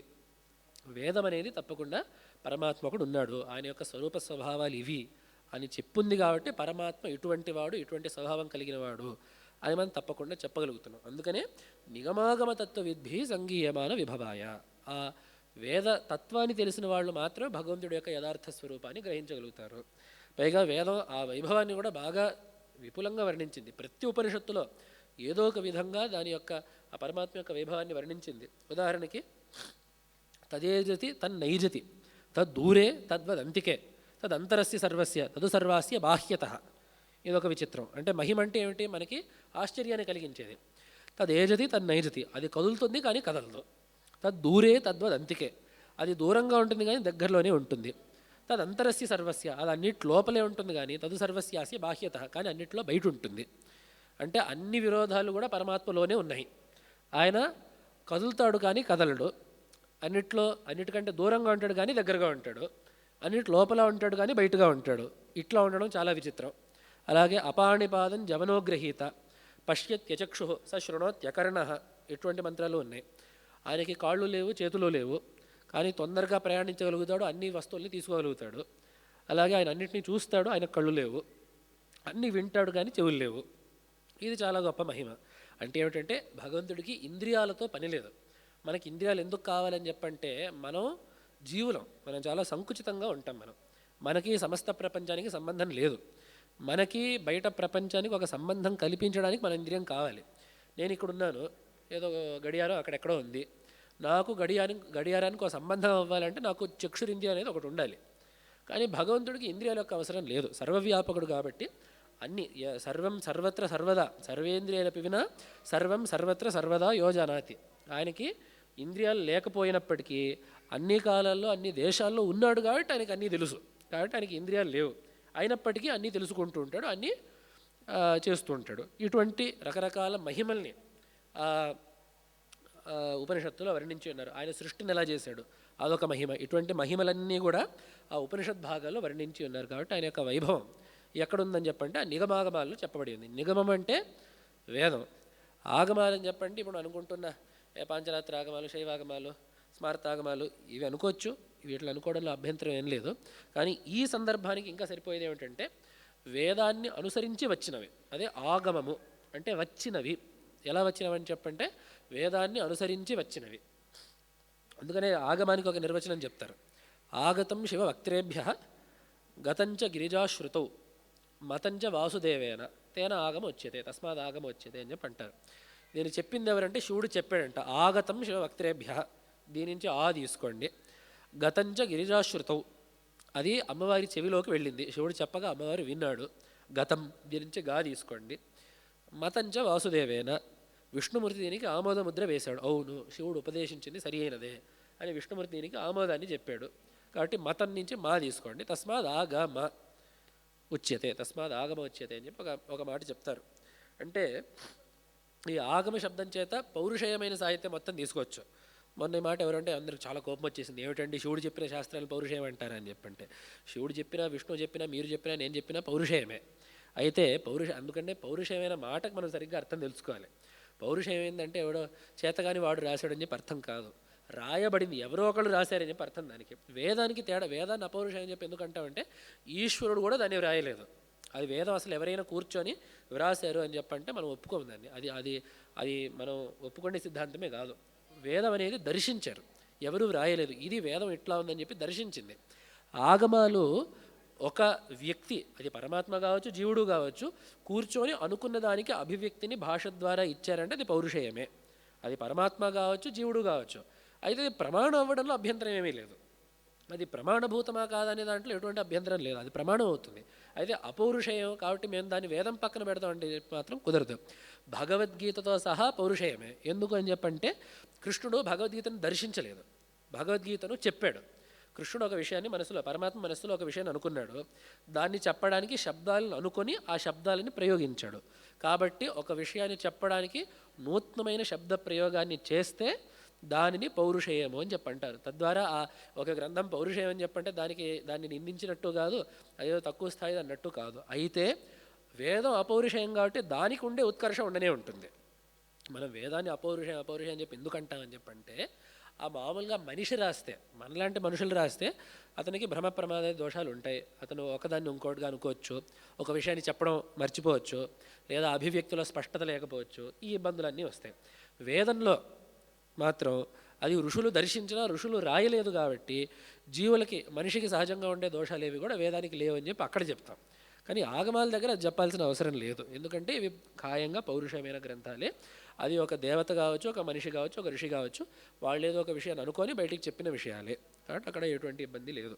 కాబట్టి ఆ నిగమాలు, ఆగమాల ద్వారా పౌరుషేయమైన సాహిత్యం మొత్తం, అంటే స్మృతులు, పురాణాలు, ఇతిహాసాలు, అలాగే తదనుసారంగా వచ్చే ఆగమాలు. అంటే ఈ సాహిత్యంతో ఎంతవరకు ఆగమాలు ఏకీభవిస్తాయో అంతవరకు ఆగమాలు, విరోధిస్తే ఆగమ భాగాలు మనకు అక్కర్లేదు. ఆగమాలు కావాల్సినవే, కానీ వేదశాస్త్రాలతో విరోధించినంత వరకు. అంటే అటువంటి సాహిత్యం మొత్తం ఆ ఆగమ శబ్దం చేత మనం తీసుకుంటాం. కాబట్టి నిగమాగమ తత్వవిద్ధి. ఆ వాంగ్మయాన్ని బాగా క్షుణ్ణంగా అధ్యయనం చేసిన వాళ్ళు ఏ తత్వాన్ని అయితే తెలుసుకుంటారో అటువంటి తత్వం కలిగినవాడు, అటువంటి వైభవం కలిగినవాడు. ఆయన యొక్క అయితే అటువంటి వైభవం ఎటువంటిది అని చెప్పంటే నిరంజనాయ. అంజనము అంటే అంటడం, ఒక దోషం ఉండడం. ఆయన నిరంజనుడు, ఆయనకి ఏది అంటదు. అంటదు కాబట్టే వైభవం ఉంది. ఏదైనా అంటుతే ఆ పదార్థం మారుతుందని చెప్పి అర్థం. ఆ పదార్థం మారుతుందని చెప్పంటే అది నిత్యమైనది కాదు అని చెప్పి అర్థం. అది నిత్యమైనది కాదని చెప్పంటే మనకి శాశ్వతమైన ప్రయోజనాన్ని అది ఇవ్వలేదు. కాబట్టి ఆయన నిరంజనుడు కాబట్టి ఏది ఆయనకు అంటదు కాబట్టి తద్వారా ఆయన స్వభావంలో ఏది మార్పు కలగజేయలేదు కాబట్టి తద్వారా ఆయన నిత్యుడు, మనకి కూడా నిత్యఫలమైన మోక్షాన్ని అందజేయగలిగేవాడు అని వస్తుంది. మరి ఆ మోక్షం అనేది ఎట్లా ఉంటుంది అని చెప్పంటే నిర్వాణదాయ, నిర్వాణాన్ని ఇచ్చేవాడు. మోక్షము, ముక్తి, అపవర్గం, నిర్వాణం ఇవన్నీ పర్యాయ పదాలు. నిర్వాణం అంటే మోక్షం. మరి నిర్వాణ పదం ఎందుకు? ఇప్పుడు మోక్షం అనే దానికి ఒక అర్థం ఉంది. మోక్షం అంటే విడుదల. దేని నుంచి విడుదల అంటే సంస్కారం నుంచి విడుదల, సంసారం నుండి విడుదల. కాబట్టి మోక్షానికి ఈ వస్తువుకి మోక్షం అని పేరు. అలాగే అపవర్గం అని చెప్పి కూడా పేరుంది. ఎందుకు అని చెప్పంటే మనిషి జీవితంలో సాధించాల్సినవి 4 చతుర్వర్గము దాన్ని అంటారు. ధర్మార్థ కామ మోక్షాలు. ధర్మార్థ కామ మోక్షాలు క్షణికాలు. ఈ వర్గంలో, ఈ చతుర్వర్గంలో ఇది వ్యతిరిక్తంగా ఉంది కాబట్టి అపవర్గం అన్నారు. ఈ మూడింటిని త్రివర్గం అన్నారు, మోక్షాన్ని అపవర్గం అన్నారు. అంటే ఇది ధర్మార్థ కామాల వంటిది కాదు అని చెప్పే పేరు అపవర్గము. మరి మోక్షానికి నిర్వాణం అని చెప్పి ఎందుకు పేరు అని చెప్పంటే నిజానికి నిర్వాణానికి నిర్వచనం ఏమిటంటే ఆర్పేయడము అని చెప్పి అర్థం. సంస్కృతంలో దీప నిర్వాణం గత అని చెప్పి అంటారు. దీపం ఆరిపోయింది అనడానికి వాడే పదం ఇది. నిర్వాణం అని చెప్పంటే ఆర్పేయుట. అందుకే బౌద్ధుడు కూడా ఇదే పదం తీసుకున్నాడు. బౌద్ధులు మోక్షం ఎటువంటి పదాలు వాళ్ళు వాడరు, వాళ్ళు నిర్వాణాన్ని వాడతారు. ఎందుకో వాళ్ళకి మొత్తం శూన్యం కాబట్టి మొత్తం ఆర్పేస్తే మిగిలిన ఏమిటి? చీకటే మిగులుతుంది. కాబట్టి వాళ్ళకి మొత్తం పోతే మిగిలేదు శూన్యం కాబట్టి వాళ్ళు నిర్వాణం అని చెప్పి వాడుతుంటారు. అయితే మనం కూడా నిర్వాణం వాడతాం. అయితే మనం వాడే అభిప్రాయం కొద్దిగా వేరు. వాళ్ళకి ఏమిటంటే సంసారాన్ని ఆర్పేస్తే ఇంకేది మిగలదు. మనకేమిటంటే సంసారాన్ని ఆర్పేస్తే ప్రకాశం మిగులుతుంది. ఇది ఎటువంటిదంటే మనకి తెలుగు భాష, మన భాష చాలా అందమైనది. మీరు ఈ మాట వినుంటారు, చీకట్ల నార్పడము అనే మాట వినుంటారు. ఈ మాట విన్నారా మీరు ఎప్పుడైనా? దీపాన్ని నార్పడం అనే మాట మీరు వినుంటారు. చీకట్ల నార్పడం అనే మాట కూడా ఉంది. చీకట్లని పోకార్పడం. లోకాల చీకట్లో పోకార్ప రవిచంద్ర దీపాలు గగనాన త్రిప్పలేక ఇటువంటి పద్యాలు కూడా ఉన్నాయి. కాబట్టి దీపాన్ని నార్పడం అనే వ్యవహారం మనకి ఎట్లా ఉందో చీకటి నార్పడం అనే వ్యవహారం కూడా అట్లనే ఉంది. కాబట్టి అటువంటి ఆర్పడం ఇది. అంటే ఇది ఎటువంటి నిర్వాణం అని చెప్పంటే దీపం కొండెక్కే నిర్వాణం కాదు, కానీ దీపాన్ని వెలిగించంగానే చీకటికి ఏమవుతుందో అటువంటి నిర్వాణం ఇది. ఎందుకంటే మోక్షం అంటే అదేదో మనకి బజార్లో దొరికే వస్తువు కాదు, మనం పక్క దేశం నుంచి ఇంపోర్ట్ చేసుకునే వస్తువు కాదు అది. మనకి వేదాంత శాస్త్రం చెప్తారంటే ప్రాప్తి అనే మాట ఉంది. మోక్షం అంటే ఏమిటంటే నీ దగ్గర ఉన్నదానే నువ్వు పొందుతూ ఉంటావు. నీ దగ్గర ఉన్నదానే నువ్వు పొందడం. మోక్షం అంటే మనం ఎక్కడికో వెళ్ళక్కర్లేదు, ఏవో పైలోకాలు ఉండే ప్రభువులు ఇవన్నీ ఏమో అక్కర్లేదు. మనకి మోక్షం అంటే మన దగ్గరే ఉన్నదాన్నే పొందడం. ఇది ఎట్లాంటిదంటే కంఠజామీకర న్యాయం అని చెప్పి అంటారు. మన మెడలో ఒక దండ ఉంది, నా మెడలో ఈ రుద్రాక్ష ఉంది. ఈ రుద్రాక్ష నేను వేసుకునే ఉన్నాను. అయితే వేసుకున్న విషయాన్ని నేను మర్చిపోయాను. వేసుకున్న విషయాన్ని మర్చిపోయిన అన్నీ వెతుకుతుంటా, బీరువాల్లో వెతుకుతుంటా, అన్ని సంచులో వెతుకుతుంటా, ఇది ఎక్కడుందని చెప్పి కంగారు పడుతూ ఉంటాను. అది పోయిందని చెప్పి అనుకొని బాధపడుతూ ఉంటాను. అది నా దగ్గర లేదనుకుంటూ ఉంటాను. ఇదంతా అవుతుంటుంది. కానీ అప్పుడు ఒక ఆప్తుడు వస్తాడు, యథార్థాన్ని చెప్పే మన హితాన్ని కోరే వక్త ఒకడు వస్తాడు. అతను వచ్చి ఏమంటాడంటే నీ కంఠంలోనే నువ్వు వెతుకుతుండే రుద్రాక్ష ఉంది అన్న తక్షణం ఏం చేస్తాను చూసుకొని, ఓ నిజమే ఇది నా దగ్గరే ఉంది. ఇది తెలుసుకోగానే ఏమవుతుంది, ఈ విషయాన్ని తెలుసుకున్న వెంటనే ఏమవుతుందని చెప్పంటే ఇది పోయింది అని అనుకోవడం వల్ల ఏ దుఃఖం అయితే వచ్చిందో, ఇది పోయింది అని చెప్పి అనుకోవడం వల్ల ఏ అపరిపూర్ణతనైతే నేను భావించానో అదంతా కూడా పోయింది. ఎక్కడికి పోయిందని చెప్పంటే ఎక్కడికి పోలేదు. అది మీకు దండ ఎక్కడి నుంచి వచ్చిందంటే ఎక్కడి నుంచి రాలేదు, నా దగ్గర ఉన్నదే లేదనుకొని ఏవో భ్రాంతి పడ్డావు. ఉంది అని చెప్తే లేం కానీ ఇబ్బందే లేదు. ఈ ఆత్మస్వరూపం కూడా అటువంటిదే, అది మన దగ్గరే ఉంది. మేము ఆత్మ లేని వాళ్ళు కూడా ఇక్కడ ఎవరు లేరు. కానీ ఏమిటంటే ఈ ఆత్మ నేను, నా యొక్క స్వభావం ఎటువంటిది, పైగా ఈ శరీరం నేను కాదు, ఈ ఆత్మని నేను అని అనుకోవట్లేదు, ఆత్మ కాని దాన్ని నేను అని చెప్పి అనుకుంటున్నాము. ఈ రెండు ఇబ్బందులు ఉండడం వల్ల మనకి ఈ మొత్తం సంసార బంధం అనేది ఏర్పడింది. ఈ ఈ శరీరమే నేను అని చెప్పి అనుకోవడం వల్ల మనం ఈ శరీరంతో ఈ శరీరాన్ని సుఖపెట్టడానికి కర్మ చేస్తున్నాము. కర్మని నేను చేస్తున్నానని చెప్పి అనుకుంటున్నాము. కాబట్టి ఫలితం కూడా మన దగ్గరికే వస్తుంది. మళ్ళీ ఈ ఫలితాన్ని అనుభవించడానికి మరొక శరీరం, ఈ విధంగా అది పోతూనే ఉంటుంది. దీనంతా ఆర్పేయడానికి ఏం చేయాలని చెప్పంటే మోక్షం కావాలి. ఇదంతా ఆర్పేయాలి. కాబట్టి ఆర్పేయడానికి ఏమిటంటే నానా మోహాంధకార మిహిరాయ, రకరకాల మోహాంధకారాలు ఉండే. మోహాంధకారం ఒకటే కాదు, మనం అనుకున్నట్లుగా నిజానికి అజ్ఞాన మూలం ఒకటే. దాని యొక్క అభివ్యక్తి బహు విధాలుగా ఉంటుంది. అహంకారం అని చెప్పి, మమకారం అని చెప్పి, రకరకాల విధాలుగా. మామూలుగా మనకు 3 చెప్తారు శాస్త్రంలో. ఒకటి అసంభావన, ఒకటి విపరీత భావన, ఇంకొకటి విపర్యయం. ఇటు ఈ రకరకాలుగా చెప్తారు. ఒకటేమిటంటే అసలు తెలియకపోవడం, ఆ విషయమే మనకు తెలియదు. మరొక ఇబ్బంది ఏమిటంటే ఒక విషయాన్ని ఇంకో రకంగా తెలుసుకోవడం, ఒకటి చూసి ఇంకొకటి అనుకోవడం. ఇంకొకటి ఏమిటంటే మనకు చెప్తారు ఒకళ్ళు, ఈ విషయం ఎట్లానే ఉంటుందని చెప్పంటే మనం అదంతా కుదరదండి అని దాన్ని నమ్మలేకపోవడం. ఇటువంటి మోహాలన్నీ ఏవైతే ఉన్నాయో, అజ్ఞానం వల్ల వచ్చే మోహాంధకారాలు ఏవైతే ఉన్నాయో అవన్నీ కూడా, వాటిలన్నిటి పట్ల ఈశ్వరుడు మిహిరుడు వంటి వాడు, అంటే సూర్యుడు వంటి వాడు. అంటే దీంట్లో ఇంకో విషయం కూడా చెప్పబడినట్టయింది. తమస్సుని పోగొట్టడానికి సూర్యుడు తీసుకునే చర్యలు ఏమిటి? సూర్యుడు ఏమన్నా ప్రత్యేకమైన చేయాల్సింది ఏమైనా ఉందా తమస్సుని పోగొట్టడానికి? సూర్యుడు రావడమే తమస్సుని పోగొట్టడం. ఆయన వచ్చి ఏదో చేస్తే కానీ తమస్సు పోతుందని చెప్పి కాదు. సూర్యుడు యొక్క రాకయే తమస్సు యొక్క అస్తమయం.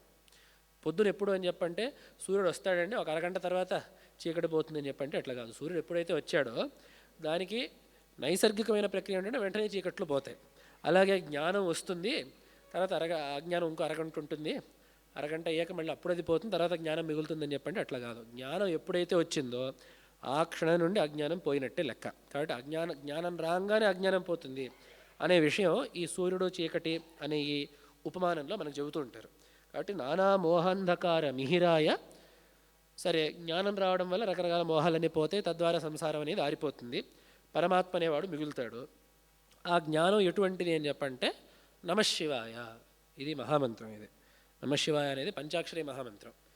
దీనికి ప్రణవాన్ని కానీ, ప్రాసాద బీజాన్ని కానీ, ఏదో మరొక శక్తి బీజాన్ని కానీ, లజ్జా బీజాన్ని కానీ ఏమైనా చేరుస్తే తర్వాత రకరకాల పేర్లు వస్తాయి. ఇది శక్తి పంచాక్షరి, ప్రణవ పంచాక్షరి, ప్రాసాద పంచాక్షరి, రకరకాల పేర్లు వస్తాయి. కానీ ఉట్టి పంచాక్షరి నమశివాయ అనేది సర్వజన జపయోగ్యమైన మంత్రం. దీనికి శివపురాణంలో కూడా దీని మీద ఒక అధ్యాయమే ఉంది. ఇంకా ఈ మంత్రం ఎవరి నోట్లో అయితే ఉందో వాళ్ళు తీర్థయాత్రలు చేయక్కర్లేదు, ఇంకేది చేయక్కర్లేదు, ఇంకే వేరే అనుష్ఠానాలు చేయక్కర్లేదు. ఈ యొక్క మంత్రం వాళ్ళ నోట్లో ఉంటే చాలు, వాళ్ళకి రావాల్సిందంతా వస్తుంది. అంటే అవన్నీ మానేయమని చెప్పి కాదు, ఈ మంత్రాన్ని అంత నమ్ముకొని, ఈ మంత్రం మీద అంత విశ్వాసం పెట్టుకొని తద్వారా సాధనని సాగించమని చెప్పి అర్థం. ఎందుకు ఈ మంత్రానికి ఇంత విశేషం అని చెప్పంటే, భగవంతుడిని సరిగ్గా చెప్పే కొన్ని పేర్లు ఉంటాయి. అంటే కొన్ని పేర్లు భగవంతుడిని చెప్పడానికి బాగా కుదురుతాయి. ఆ కుదరడం అనేది ఒకటి ఉంటుంది. ఉదాహరణకి నారాయణ నామం, అది కూడా నమో నారాయణాయ అనేది కూడా మహామంత్రం. ప్రణవం చేరుస్తే ఉపదేశాలు అవి కావాలి, కానీ ఉట్టి నమో నారాయణకి ఎటువంటి ఉపదేశాలు అక్కర్లేదు. ఆ నారాయణ శబ్దం ఎలాగైతే దాంట్లో చాలా విశేషం ఉంది. నారాయణ శబ్దం అంటే ఏమిటి? జీవులకు అయనమైన, నారం అంటే జీవుల యొక్క సమూహం, నరుల యొక్క సమూహము నారము. అంటే సమస్త జీవుల యొక్క జీవ సమూహానికి అయనమైన వాడు, గతి అయిన వాడు, అంటే దాని యొక్క లయస్థానమైన వాడు అని చెప్పి ఒకటి. రెండో అర్థం ఏమిటంటే నరులనే అయనముగా కలిగినవాడు, అంటే ఇతను జీవుల్లో ఉండేవాడు, జీవులలో అంతర్యామిగా ఉండేవాడు. అంటే ఒక్క నామం ద్వారా ఏమొస్తుందంటే జీవులందరికీ కూడా ఆధారమే ఇతను, జీవులందరి లోపలుండే అంతర్యామి సర్వవ్యాపకుడు ఇతను అని ఈ ఒక్క నామంతో భగవంతుడు సర్వంతర్యామి, సర్వవ్యాపకుడు, సర్వాధారము, ఈ అర్థాలన్నీ కూడా ఈ ఒక్క నారాయణ నామంతో వస్తాయి. ఎందుకంటే నారాయణ నామం లాంటి నామం లేదు అని చెప్పి అంటారు. అలాగే ఈ శివనామం కూడా అటువంటిది. శివుడు పూర్తిగా శుద్ధంగా ఉన్నప్పుడు ఇంకా నిర్గుణమైన పరమాత్మకి పేరు శివుడు. అంటే పరమాత్మ యొక్క పరమోత్కృష్టమైన తత్వం ఏదైతే ఉందో, మనం అనుకున్నట్లుగా ప్రపంచంతో సంబంధం అనేది మనకు ఆయన ఏమవుతాడని చెప్పి చూసుకోవడం, ఆయన నిజంగా ఏమిటి, ఆయనంతటా ఆయన ఏమిటి అని చెప్పి చూసినప్పుడు ఆ తత్వానికి ఏ పేరైతే ఉంటుందో దానికి సరిగ్గా సరిపోయే పేరు శివుడు అని. శివుడు అని చెప్పి మంగళకరుడు, శుద్ధుడు అవన్నీ కూడా మనం ఎదురు చెప్పుకుంటాం, అవన్నీ కూడా వస్తాయి. కానీ అటువంటి భగవతత్వాన్ని, ఉత్కృష్టమైన భగవతత్వాన్ని, సర్వోత్కృష్టమైన భగవతత్వాన్ని మనకు తెలియజేసే పేరు కాబట్టి నమశివాయ అనే మంత్రానికి అంత శక్తి ఉంది. అదేవిధంగా మనకి స్కాంద పురాణంలో ఇంకో విశేషం కూడా చెప్తారు. నిజానికి ఇంత జ్ఞానం సరిపోదు మోక్షం రావడానికి. మనకు కావాల్సింది ఏంటంటే జీవబ్రహ్మైక్యం కావాలి. ఆ జీవబ్రహ్మైక్యం కూడా ఈ నమశివాయ అనే మంత్రంలో ఉంది అని చెప్పి అక్కడ పురాణం మనకు చెబుతుంది. ఎందుకంటే నమః అంటే ఏమిటి? నేను చిన్నవాడిని, వంగుతున్నాను, నమస్కరిస్తున్నాను, నా భక్తిని ప్రకటిస్తున్నాను అనే భావన నమః అనే పదంలో ఉంది. శివాయ అనే దాంట్లో శివుడు, పరమాత్మ అనే అర్థం ఉంది. ఈ రెండింటిని కలిపినప్పుడు ఏమైనట్టు? అహం బ్రహ్మాస్మి, జీవుడిని చెప్పే ఒక పదం, ఈశ్వరుడిని చెప్పే ఒక పదం, ఈ రెండింటిని పక్క పక్కన పెట్టినట్టు అయింది. కాబట్టి అహం బ్రహ్మాస్మి, తత్వమసి లాంటి మహావాక్యాలకి ఎటువంటి ప్రాముఖ్యం ఉందో, జీవబ్రహ్మైక్యాన్ని తెలిపే శక్తి ఎలాగైతే వాటికి ఉందో, ఈ మంత్రానికి కూడా అటువంటి ప్రాముఖ్యం ఉంది. ఇంకా నిజంగా చెప్పాలంటే శివాయ అంటే శివుని కొరకు, శివుడికి ఇచ్చేస్తున్నాను. ఏమి ఇచ్చేస్తున్నాను అంటే నమః, నా యొక్క జీవుడిగా నా అస్తిత్వం ఏదైతే ఉందో దాన్ని నేను శివుడిలో సమర్పించేస్తున్నాను. ఎలాగా అని చెప్పంటే, ఒక నది తనని తాను సముద్రానికి సమర్పించేస్తే ఏమవుతుంది? ఇంకా నది సముద్రంలో కలిసిపోతుంది, నది నదిగా మిగలదు. ఎందుకంటే చాలామందికి మనం శతాబ్దాలుగా చెప్తున్న ద్వైతులకు అర్థం కానిది ఏమిటంటే, జీవబ్రహ్మైక్యం అంటే జీవుడు దేవుడు అయిపోతాడు అని చెప్పి కాదు. ఈ జీవుడు దేవుడు అవుతాడు అనడానికి, జీవుడు పరమాత్మలో లీనమైపోతాడు అనడానికి చాలా తేడా ఉంది. వాళ్ళు శతాబ్దాలుగా అర్థం కాక మళ్ళీ నిందించే విషయం ఏమిటంటే, జీవుడు దేవుడు ఎట్లా అయిపోతాడు, ఇదంతా మీ పొగరు, మీ అహంకారం, మాయావాది ఏవో మాట్లాడుతుంటారు వాళ్ళు. అని వాళ్ళకి అర్థం కాక మన శతాబ్దాల నుంచి మనము చెప్తూనే ఉన్నాం, విసుగు లేకుండా మనము చెప్తూనే ఉన్నాం. వాళ్ళకి అర్థం కానిది ఏమిటంటే, జీవుడు దేవుడు అయిపోవడం అనేది వేరు, జీవుడు పరమాత్మలో లీనమైపోవడం వేరు. నది సముద్రం అయిపోతుందని చెప్పి అంటామా? అదన్నా మనం నది సముద్రంలో కలుస్తుంది అని చెప్పి అంటాం. అంటే ఏమిటి? నది ఇది పైగా మనం సొంతంగా చేసుకున్న ఉదాహరణ కాదు. యథా నద్యస్యందమాన సముద్రే అస్తం గచ్చంతి నామరూపే విహాయ తథా విద్వాన్ నామరూపాద్ విముక్త పరాత్పరం పురుషోపైతి దివ్యం. ఇది ఉపనిషత్తు చెప్పిన మాట. అటు ఉపనిషత్ మతాన్ని అవలంబించే వాళ్ళందరూ చెప్పే మాట ఇది. యథా నద్య స్యందమానా, ప్రవహించే నదులన్నీ ఎలాగైతే సముద్రే అస్తం గచ్చంతి, సముద్రంలో ఎలాగైతే లయాన్ని పొందుతాయో. అంటే ఏమిటి లయాన్ని పొందడం? అంటే ఏమిటి? నామరూపే విహాయ, వాటి పేరు రూపాన్ని వదిలేసి లయమవుతాయి. తథా విద్వాన్, అలాగే జ్ఞానాన్ని పొందినవాడు, నామరూపాద్ విముక్త, నామరూపాలను వదిలేసి పరాత్పరం పురుషముపైతి, పరమాత్మలో అలాగే లీనమవుతాడు అని చెప్పి ఉపనిషత్తులో ఎటువంటి సందిగ్ధత లేదు. ఉపనిషత్తు చాలా స్పష్టంగా చెప్పింది. అది వాళ్ళు ఒప్పుకోలేకపోతే అది వాళ్ళ కర్మ. అది అయితే ఇక్కడ అందుకనే మనం చూసేది ఏమిటంటే, నది సముద్రంలో కలవడం అంటే ఏమిటి అని చెప్పంటే, ముందు అసలు మనం నదిలో నీళ్ళు ఎక్కడి నుంచి వచ్చాయి? నదిలో నీళ్లు స్వయంగా సొంతంగా పుట్టుకొచ్చాయా? ఈ సముద్రం నీళ్లే ఆవిరై మేఘం ద్వారా కురిసి ఒక కుల్యలో పడితే, అంటే ఒక దారిలో పడితే దాని నది అని పేరు పెట్టాం మనం. అంటే ఏమిటి? సముద్ర జలమే బయటకు వచ్చి ఒక ఉపాధిలో పడితే దానికి నది అని పేరు పెట్టాం. అది ఎక్కడ ప్రవహిస్తుందో దాన్ని బట్టి రకరకాల పేర్లు పెట్టాం. ఇది గోదావరి, ఇది కృష్ణ, ఇది కావేరి, ఇది ఇంకోటి సరయు, ఇది గంగా, ఇది సరస్వతి అని చెప్పి ఆ సముద్ర జలమే రకరకాల ఆకారాల్లో రకరకాల ప్రాంతాల్లో ప్రవహిస్తే దానికి రకరకాల పేర్లు పెట్టాం. తద్వారా నదుల్లో భేదాలు వచ్చాయి. అంటే ఇది పెద్ద నది, ఇది చిన్న నది, ఇది పుణ్యమైన నది, ఇది అంత పుణ్యమైన నది కాదు, ఇది బాగా వేగంగా ప్రవహించే నది, ఇది బలమైన నది, దుర్బలమైన నది. ఈ భేదాలన్నీ దేంట్లో వల్ల వస్తాయి? నీళ్ల వల్ల రావు ఈ భేదాలన్నీ. ఈ భేదాలన్నీ దేని వల్ల వస్తాయి? ఆ నది ఏ దారిలో అయితే పడిందో ఆ దారిలో ఉండే భేదాల వల్ల ఈ తేడాలన్నీ వస్తాయి. అంతేగాని గంగలో నీళ్లు చాలా గొప్ప, అంటే గంగలో నీళ్లు బాగా ఉధృతిగా ఉంటాయండి, కావిలో నీళ్లు బాగా ఉధృతిగా ఉండవండి అని చెప్పంటే అది నీళ్ల వల్ల కాదు, అది ఆ కుల్య, దాని యొక్క ఛానల్ ఏదైతే ఉందో దానిలో భేదాల వల్ల భేదాలు వస్తాయి తప్ప నీళ్లలో ఎటువంటి భేదం లేదు. కాబట్టి అలాగే ఈ లోకంలో కూడా వ్యవహారం అనేది ఉండనే ఉంది. తేడా ఇప్పుడు గంగా యమున ఒకటే అవుతాయని చెప్పి అంటామా? గంగా సముద్రం ఒకటే అని చెప్పి అంటామా? గంగా గోదావరి ఒకటే అని చెప్పి అంటామా? ఇటువంటి భేదాలు తప్పకుండా ఎప్పటి వరకైతే గంగ విడిగా ప్రవహిస్తుంటుందో అప్పటి వరకు తప్పకుండా గంగ వేరు, సముద్రం వేరు. గంగ సముద్రమే అని చెప్పి అనడానికి ఎప్పటికీ కుదరదు. అయితే మనం గుర్తుపెట్టుకోవాల్సింది ఏమంటే, గంగలో ఉండే నీళ్లు సముద్రం యొక్క నీళ్లే, వేరే గంగ యొక్క నీళ్లు వేరు, సముద్రం యొక్క నీళ్లు వేరు అని చెప్పి ఏం లేదు. గంగ యొక్క నీళ్లు సముద్రం యొక్క నీళ్లే. గంగ స్వయంగా ఏమి నీళ్లు సంపాదించుకోలేదు. అయితే మరి గంగకి సముద్రానికి తేడా ఏమిటంటే, సముద్రానికి అంతు లేదు, గంగకి ఒక అంతు అనేది ఉంది, ఒక హద్దు ఉంది గంగకి. ఆ రెండు ఒడ్లు అనే హద్దు ఒకటి ఉంది. మరి గంగకి యమునకి, గంగకి గోదావరికి తేడా ఏమిటంటే అవే ఒడ్లు, ఆ హద్దుల్లో తేడా అంతే. గంగకు ఒక రకమైన తీరాలు ఉంటాయి, ఆ తీరాల వల్ల దాని యొక్క నియతి ఒకటిలాగా ఉంటుంది, కావేరికి ఒకలాగా ఉంటుంది. కాబట్టి భేదాలు అనేవి నది యొక్క రూపంలో వస్తుంది తప్ప నది యొక్క నీళ్లలో రావు. అలాగే అన్ని నీళ్లు వస్తుతః సముద్ర నీళ్లే. ఈ సముద్ర నీళ్ళన్నిటికీ కూడా ఉత్పత్తి స్థానం అనే సముద్రం ఒకటే. ఆ నీరు, ఈ ప్రపంచంలో నీరు ఉంది అని చెప్పంటే అది సముద్ర జలమే, అంతేగాని రెండవ నీరు అంటూ లేదు. మరి ఇప్పుడు ఈ గంగ వచ్చి సముద్రంలో కలవడం అంటే ఏమిటి? ఇప్పటివరకు అది ఒడ్డులో నిగ్రహింపబడింది, ఆ ఒడ్డును దాటి వెళ్ళదు. ఆ ఒడ్డుకి నియంత్రించబడినప్పుడు దాన్ని గంగా అని పిలిచాము. దాన్ని వదిలేసి దాని యొక్క నీరు మళ్ళీ తిరిగి సముద్రంలో చేరిపోయినాక ఇంకా గంగా అని చెప్పి నేను ఎందుకు అనట్లేదు అని చెప్పంటే, గంగాని అసలు మనం దేన్ని అన్నాము? ఆ నది యొక్క ఆకారానికి మనం గంగా అని పేరు పెట్టాం. ఆ నీళ్ల యొక్క ఒక ఆకారాన్ని మనం గంగా అని పేరు పెట్టాం. ఆ నీళ్లు ఇప్పుడు అక్కడ లేనప్పుడు ఇంకా గంగని చూపించమంటే ఎవరు చూపిస్తారు? ఇప్పుడు దీన్ని గంగని ఎవరు చూపించలేరు. ఎందుకంటే గంగ అనేది ఇప్పుడు లేదు, సముద్రంలో కలిసిపోయింది. అదేవిధంగా ఏదో గోదావరి అంటే ఇప్పుడు ఎక్కడ ఉంటుంది? అది విడిగా ప్రవహిస్తుంటే అక్కడ చూపిస్తాం. ఆ నీళ్లు సముద్రంలోకి వెళ్ళాక ఇప్పుడు దీని నుంచి గోదావరిని చూపించని చెప్పంటే అసలు సముద్రంలో గోదావరి యొక్క ప్రసక్తే లేదు. ఏం చెప్పండి, గోదావరి అంటే ఏమిటి? ఆ నది యొక్క రూపానికి మనం గోదావరి అని పేరు పెట్టాం. ఆ రూపం ఏమో సముద్రంలో లేదు.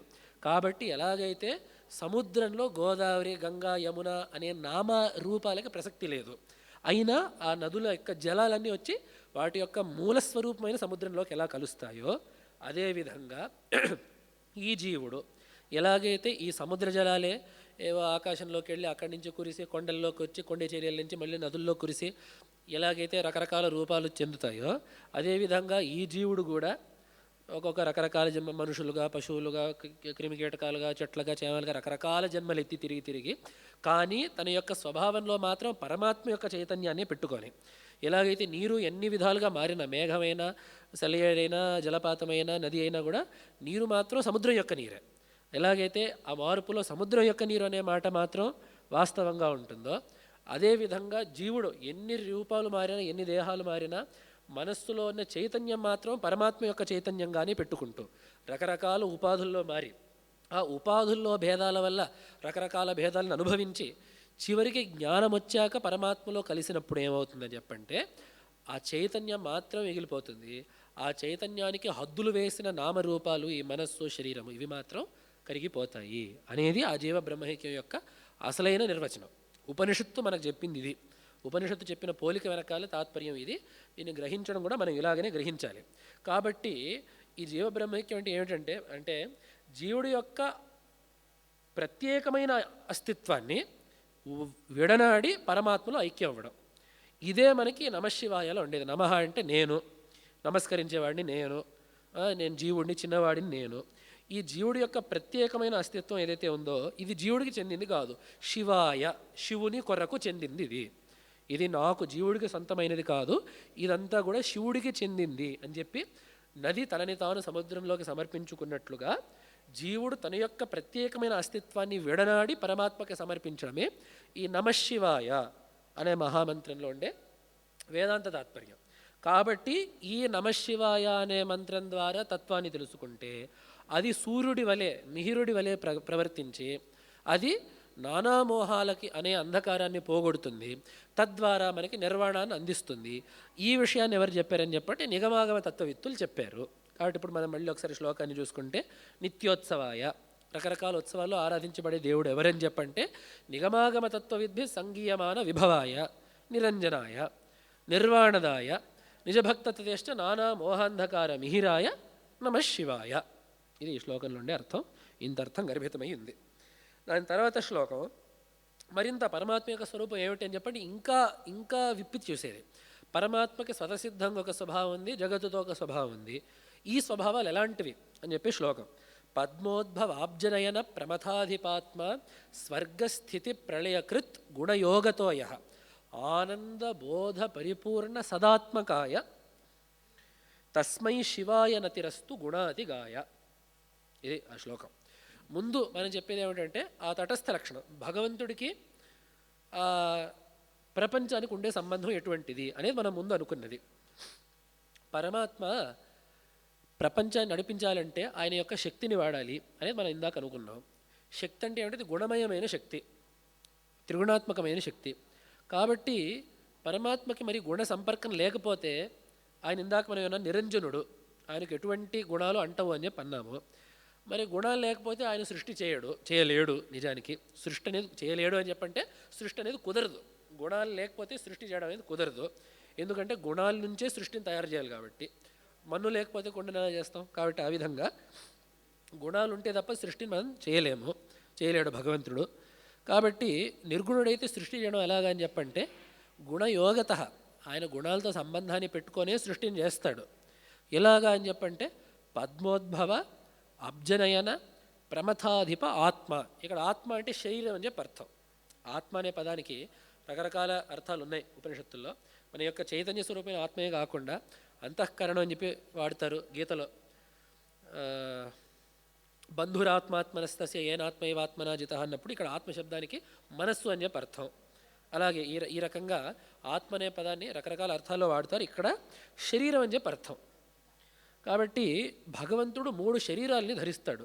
ఒకటి ఏమిటంటే పద్మోద్భవ, చతుర్ముఖ బ్రహ్మ, అబ్జనయన పద్మాక్షుడైన విష్ణువు, ప్రమథాధిపుడు భూతగణాలన్నిటికీ అధిపతి అయిన రుద్రుడు. ఈ 3 శరీరాల్ని ధరించి ఏం చేస్తున్నాడు అని చెప్పంటే సర్గ స్థితి ప్రళయకృత్. సర్గం అంటే సృష్టి, స్థితి అంటే పరిపాలన, లయం అంటే మళ్ళీ దాన్ని మూల కారణంలో కలిపేయడం. అంటే మీరు చూడండి, పిల్లలు బంకమట్టితో ఆడుతుంటారు. ఆ బంకమట్టితో ఆడుతూ ఏవో బొమ్మల్ని, ఏనుగునో సింహాన్నో ఏవో బొమ్మల్ని చేస్తారు. ఆడుకోవడం అయిపోయాక మళ్ళీ దాన్ని ఒక ముద్ద చేసేస్తారు. లేదా ఏదో మనం చపాతీలు ఒత్తుతుంటే ఆ చపాతీలు ఏవో ఒత్తుతాము, అదేదో రావాల్సింది గుండ్రంగా రాలేదంటే మళ్ళీ దాన్ని మళ్ళీ ముద్దగా చేస్తాము. ఆ విధంగా కాబట్టి దాన్ని లయం అని చెప్పి అంటారు. కాబట్టి ఈ మూడింటిని భగవంతుడు ఎలా చేస్తున్నాడంటే 3 రూపాల్లో ఒకటే భగవంతుడు చేస్తున్నాడు. రూపభేదం ఎందుకు అని చెప్పంటే గుణయోగత, ఒక్కొక్క గుణంతో సంబంధం పెట్టుకోవడం వల్ల ఒక్కొక్క పనిని చేస్తున్నాడు. రజస్సుతో సంబంధం పెట్టుకున్నప్పుడు అంటే అన్ని దగ్గరలో భగవంతుడు వాడేది మాయాశక్తినే. అయితే మాయలో త్రిగుణాలు ఉన్నాయి కాబట్టి ఆ మాయలో ఏ గుణాన్ని వాడుతున్నాడు అనే దాన్ని పెట్టుకొని ఆయా భేదాలు వస్తాయి. ఆ మాయలో ఉండే రజోగుణాన్ని వాడినప్పుడు, అంటే రజోగుణ ప్రధానమైన మాయాశక్తిని వాడినప్పుడు ఆయన బ్రహ్మగా సృష్టిని చేస్తున్నాడు. సత్వగుణ ప్రధానమైన మాయను వాడినప్పుడు మహావిష్ణువుగా ఆయన పరిపాలన చేస్తున్నాడు. తమోగుణ ప్రధానమైన మాయను ఆయన నియమించినప్పుడు, దాన్ని వాడి ఆయన లయం చేసినప్పుడు, లయని జరిపించినప్పుడు ఆయన రుద్రుడిగా ఉన్నాడు. కానీ ఇది చెప్పడం వల్ల మనకి ఏం తెలుస్తుందంటే జగద్గురువులు ఈ స్తోత్రంలో ఏ పరమాత్మను స్తుతిస్తున్నారో ఆ పరమాత్మ త్రిమూర్త్యాత్మకుడు, త్రిమూర్తి వ్యతిరిక్తుడు. ఇది చాలా ముఖ్యమైన విషయం. ఇక్కడ స్తుతింపబడే పరమాత్మ త్రిమూర్తులలో ఒకడు మాత్రమే కాదు, త్రిమూర్తులుగా కనపడేవాడు. దీనికి అంటే ఈ రెండిట్లో తేడా ఏమిటి అని చెప్పంటే,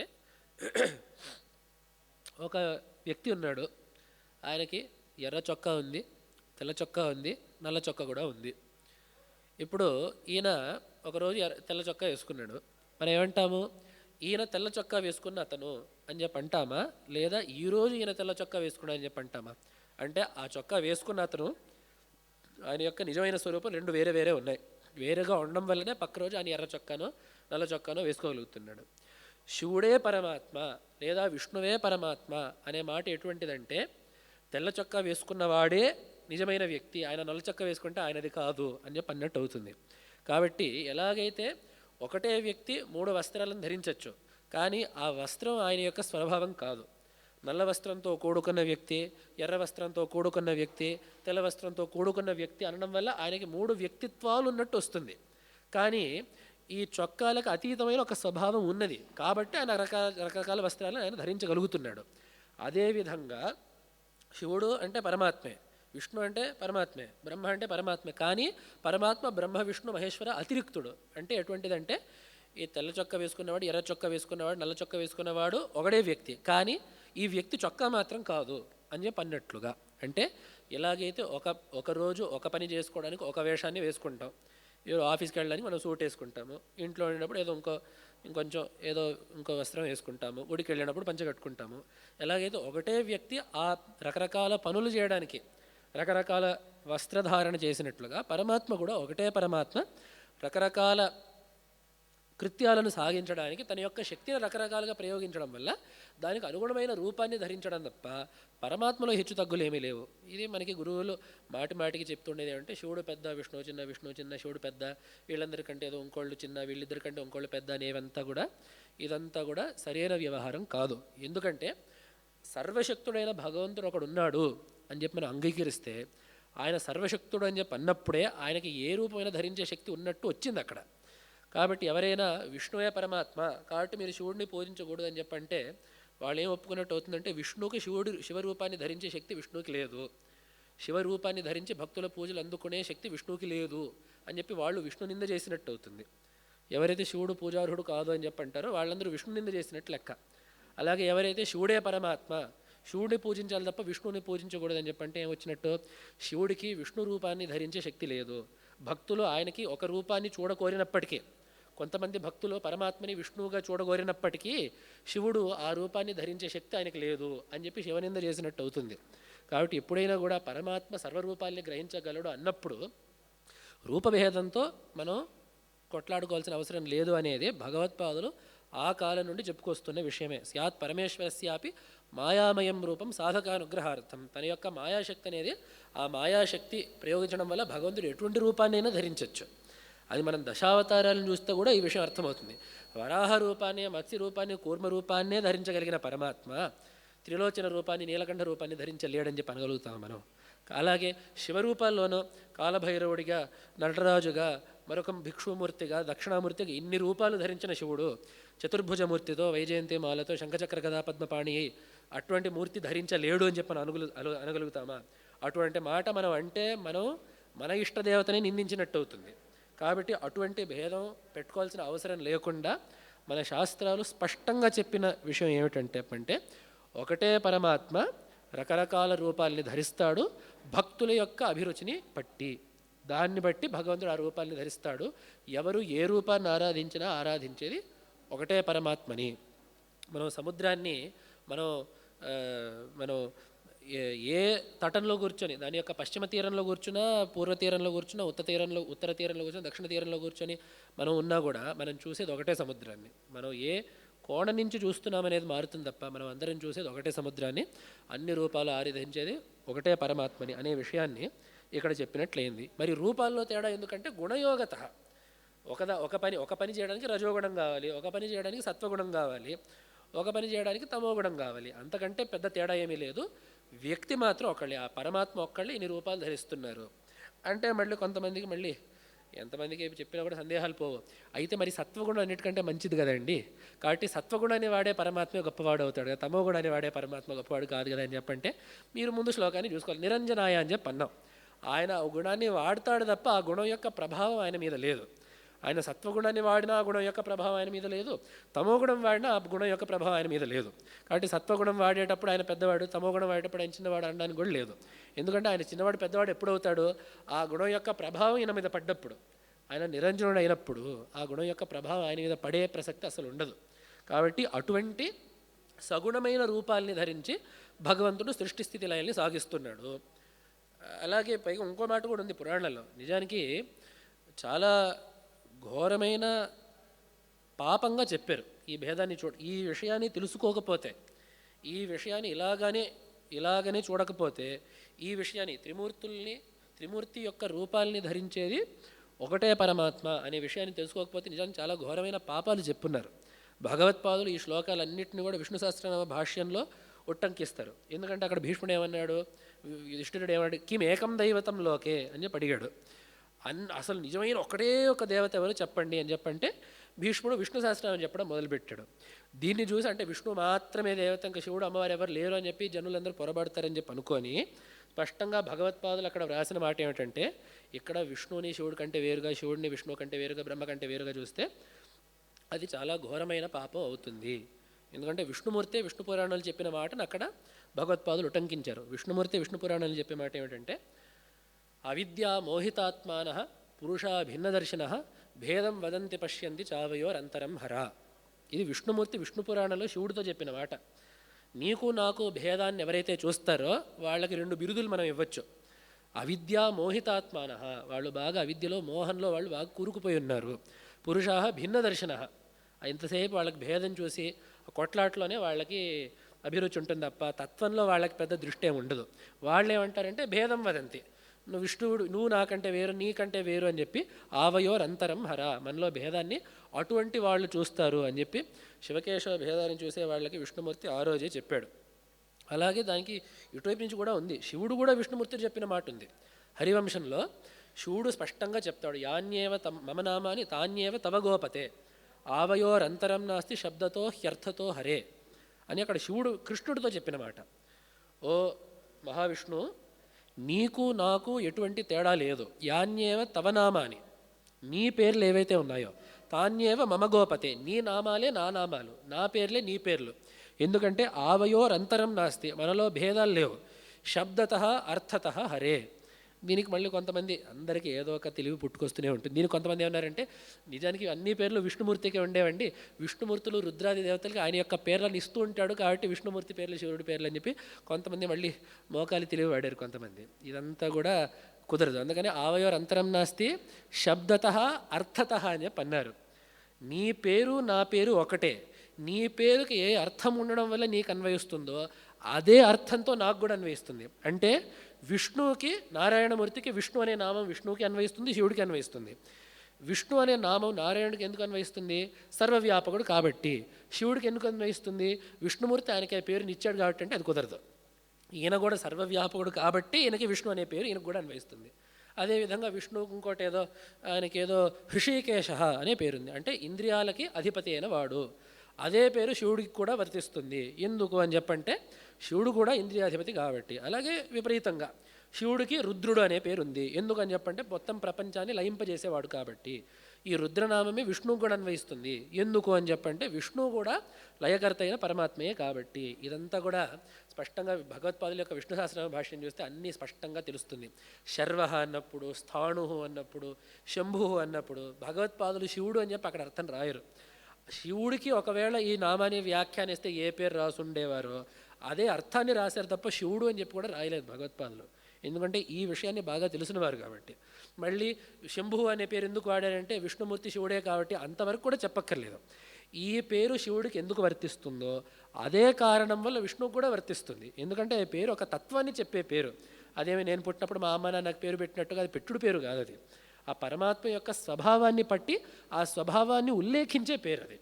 అదే స్వభావాన్ని కలిగిన పరమాత్మ విష్ణు అయిన శివుడైన కాబట్టి ఏ లక్షణాన్ని పెట్టుకొని ఆ పేరు విష్ణువుకు అన్వయించిందో అదే ప్రకారంగా అదే లక్షణాన్ని పెట్టుకొని శివుడికి అన్వయిస్తుంది. కాబట్టి వేరేగా అసలు వ్యాఖ్యానించాల్సిన అవసరం కూడా లేదు. కాబట్టి భగవత్పాదులు విష్ణు సహస్రనామ భాష్యంలో కూడా అటువంటి యొక్క పద్ధతిని పాటించారు. కాబట్టి అటువంటి విధంగా ఆ త్రిమూర్తుల్లో ఎటువంటి భేదం లేదు. ఒకడే పరమాత్మ మూడు రూపాలను ధరించేవాడు అని చెప్పి ఇదంతా గుణాలతో పరమాత్మ ధరించే రూపాలు. ఆయన యొక్క అసలైన రూపం ఏమిటి అని చెప్పంటే ఆనంద బోధ పరిపూర్ణ సదాత్మకాయ. ఆనందము, బోధం అంటే జ్ఞానం, పరిపూర్ణము ఎటువంటి లోపాలు లేనిది, సదాత్మకాయ సత్తు అంటే సచ్చిదానంద స్వరూపుడు. ఆయన యొక్క నిజమైన స్వరూపం ఇది. సచ్చిదానందే ఆయన యొక్క నిజమైన స్వరూపం. పరిపూర్ణం అని చెప్పడం వల్ల సంసార రహితమైనది అని చెప్పినట్టయింది. అంటే పరిపూర్ణ అనేది ఎప్పుడవుతుంది? ఎటువంటి దోషాలు లేనప్పుడు. దోషాలన్నీ సంసారంలో ఉండేవి. పరిపూర్ణ అంటే దోషాలు లేవు, అంటే సంసార స్పర్శ లేదు. సంసార వ్యతిరిక్తమైన వాడు, నామరూపాలు లేనివాడు, సచ్చిదానంద స్వరూపుడు. ఆయన యొక్క నిజమైన స్వరూపం అది. ఆనంద బోధ పరిపూర్ణ సదాత్మకాయ తస్మై శివాయ నతిరస్తు గుణాతిగాయ. అందుకని ఈయన గుణ అతిగుడు, గుణాలని అతిక్రమించినవాడు, గుణాలకు అతీతంగా ఉండేవాడు. అప్పుడు ఆయన్ని శివుడు అంటాడు. ఇది శాస్త్రీయమైన మర్యాద. మనం ఇప్పుడే అనుకున్నట్లుగా భగవత్పాదులు అందుకనే సర్వశివస్థాణు అనే నామాన్ని వ్యాఖ్యానించేటప్పుడు, శివనామాన్ని వ్యాఖ్యానించేటప్పుడు శివస్వరూపాత్ శివ అని పనిలేదు. శివుడిగా కూడా ఈయన ఉంటాడు కాబట్టి శివుడు అని చెప్పి కూడా రాయలేదు. నిస్త్రైగుణ్యత్వాత్ నిర్వికల్పకో భవతి శుద్ధో భవతి ఇది శివ అని చెప్పి రాశారు. ఆయనకి త్రిగుణ సంస్పర్శ లేదు కాబట్టి, ఆయనలో నిర్వికల్పుడుగా, ఆయనలో మార్పు ఉండదు కాబట్టి శుద్ధుడవుతాడు కాబట్టి ఈయన శివుడు అని చెప్పి అన్నారు. అందుకని మనకి పురాణాలు కూడా విశుద్ధి శివతా స్వతః, శుద్ధంగా ఉండడం. శివుడు మంగళంగా ఉండడం అంటే ఏమిటి? అమంగళం ఉండకపోవడం. అమంగళంగా ఉండకపోవడం ఏంటంటే శుద్ధంగా ఉండడం, గుణాల యొక్క స్పర్శ లేకుండా ఉండడం. అది శివశబ్దానికి నిర్వచనం. భగవత్పాదులు కూడా విష్ణు సహస్రనామంలో అదే రాశారు. నిజానికి శివశబ్దానికి చాలా శబ్దాలు ఉన్నాయి. ఈష్టే జగత్, శేతేస్మిన్ జగత్, శేతేస్మిన్ జగత్, ఈహతే దిశతి చ శ్రేయ, ప్రజానామసౌ, ఇటువంటి రకరకాల నామాలు రాశారు. శేతేస్మిన్ జగత్, ఆయనలో జగత్తు శయిస్తుంది కాబట్టి ఆయన శివుడు అన్నారు.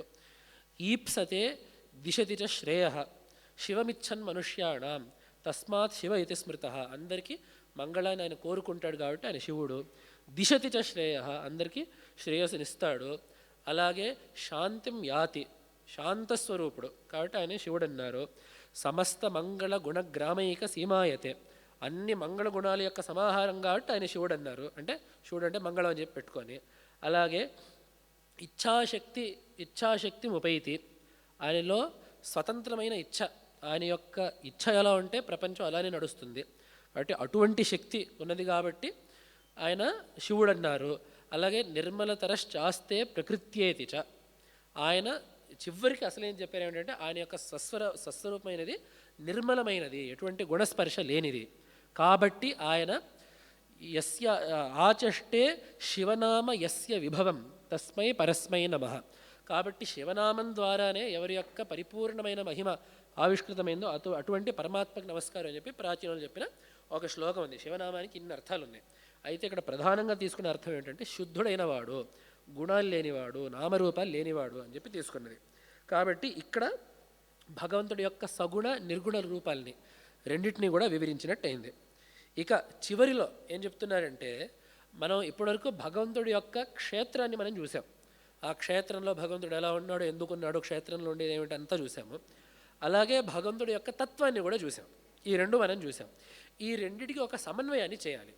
ఎందుకంటే ఒక తత్వద్రష్టకి సామాన్యమైన యాత్రికుడికి ఇదే తేడా. యాత్రికుడికి ఆ క్షేత్రం భౌతికమైన ప్రదేశంగా కనపడుతూ ఉంటుంది.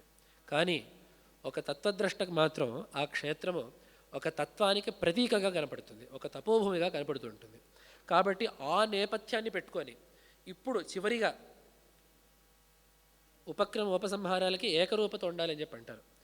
మనం ఎక్కడైతే గ్రంథాన్ని మొదలుపెట్టామో ముగించేటప్పుడు కూడా దాన్ని ఒకటే దగ్గర అనుసంధానించి చెప్పాలి. కాబట్టి ఆ దృష్టితో జగద్గురువులు ఈ శ్లోకంతో ఈ గ్రంథాన్ని పూర్తి చేస్తున్నారు.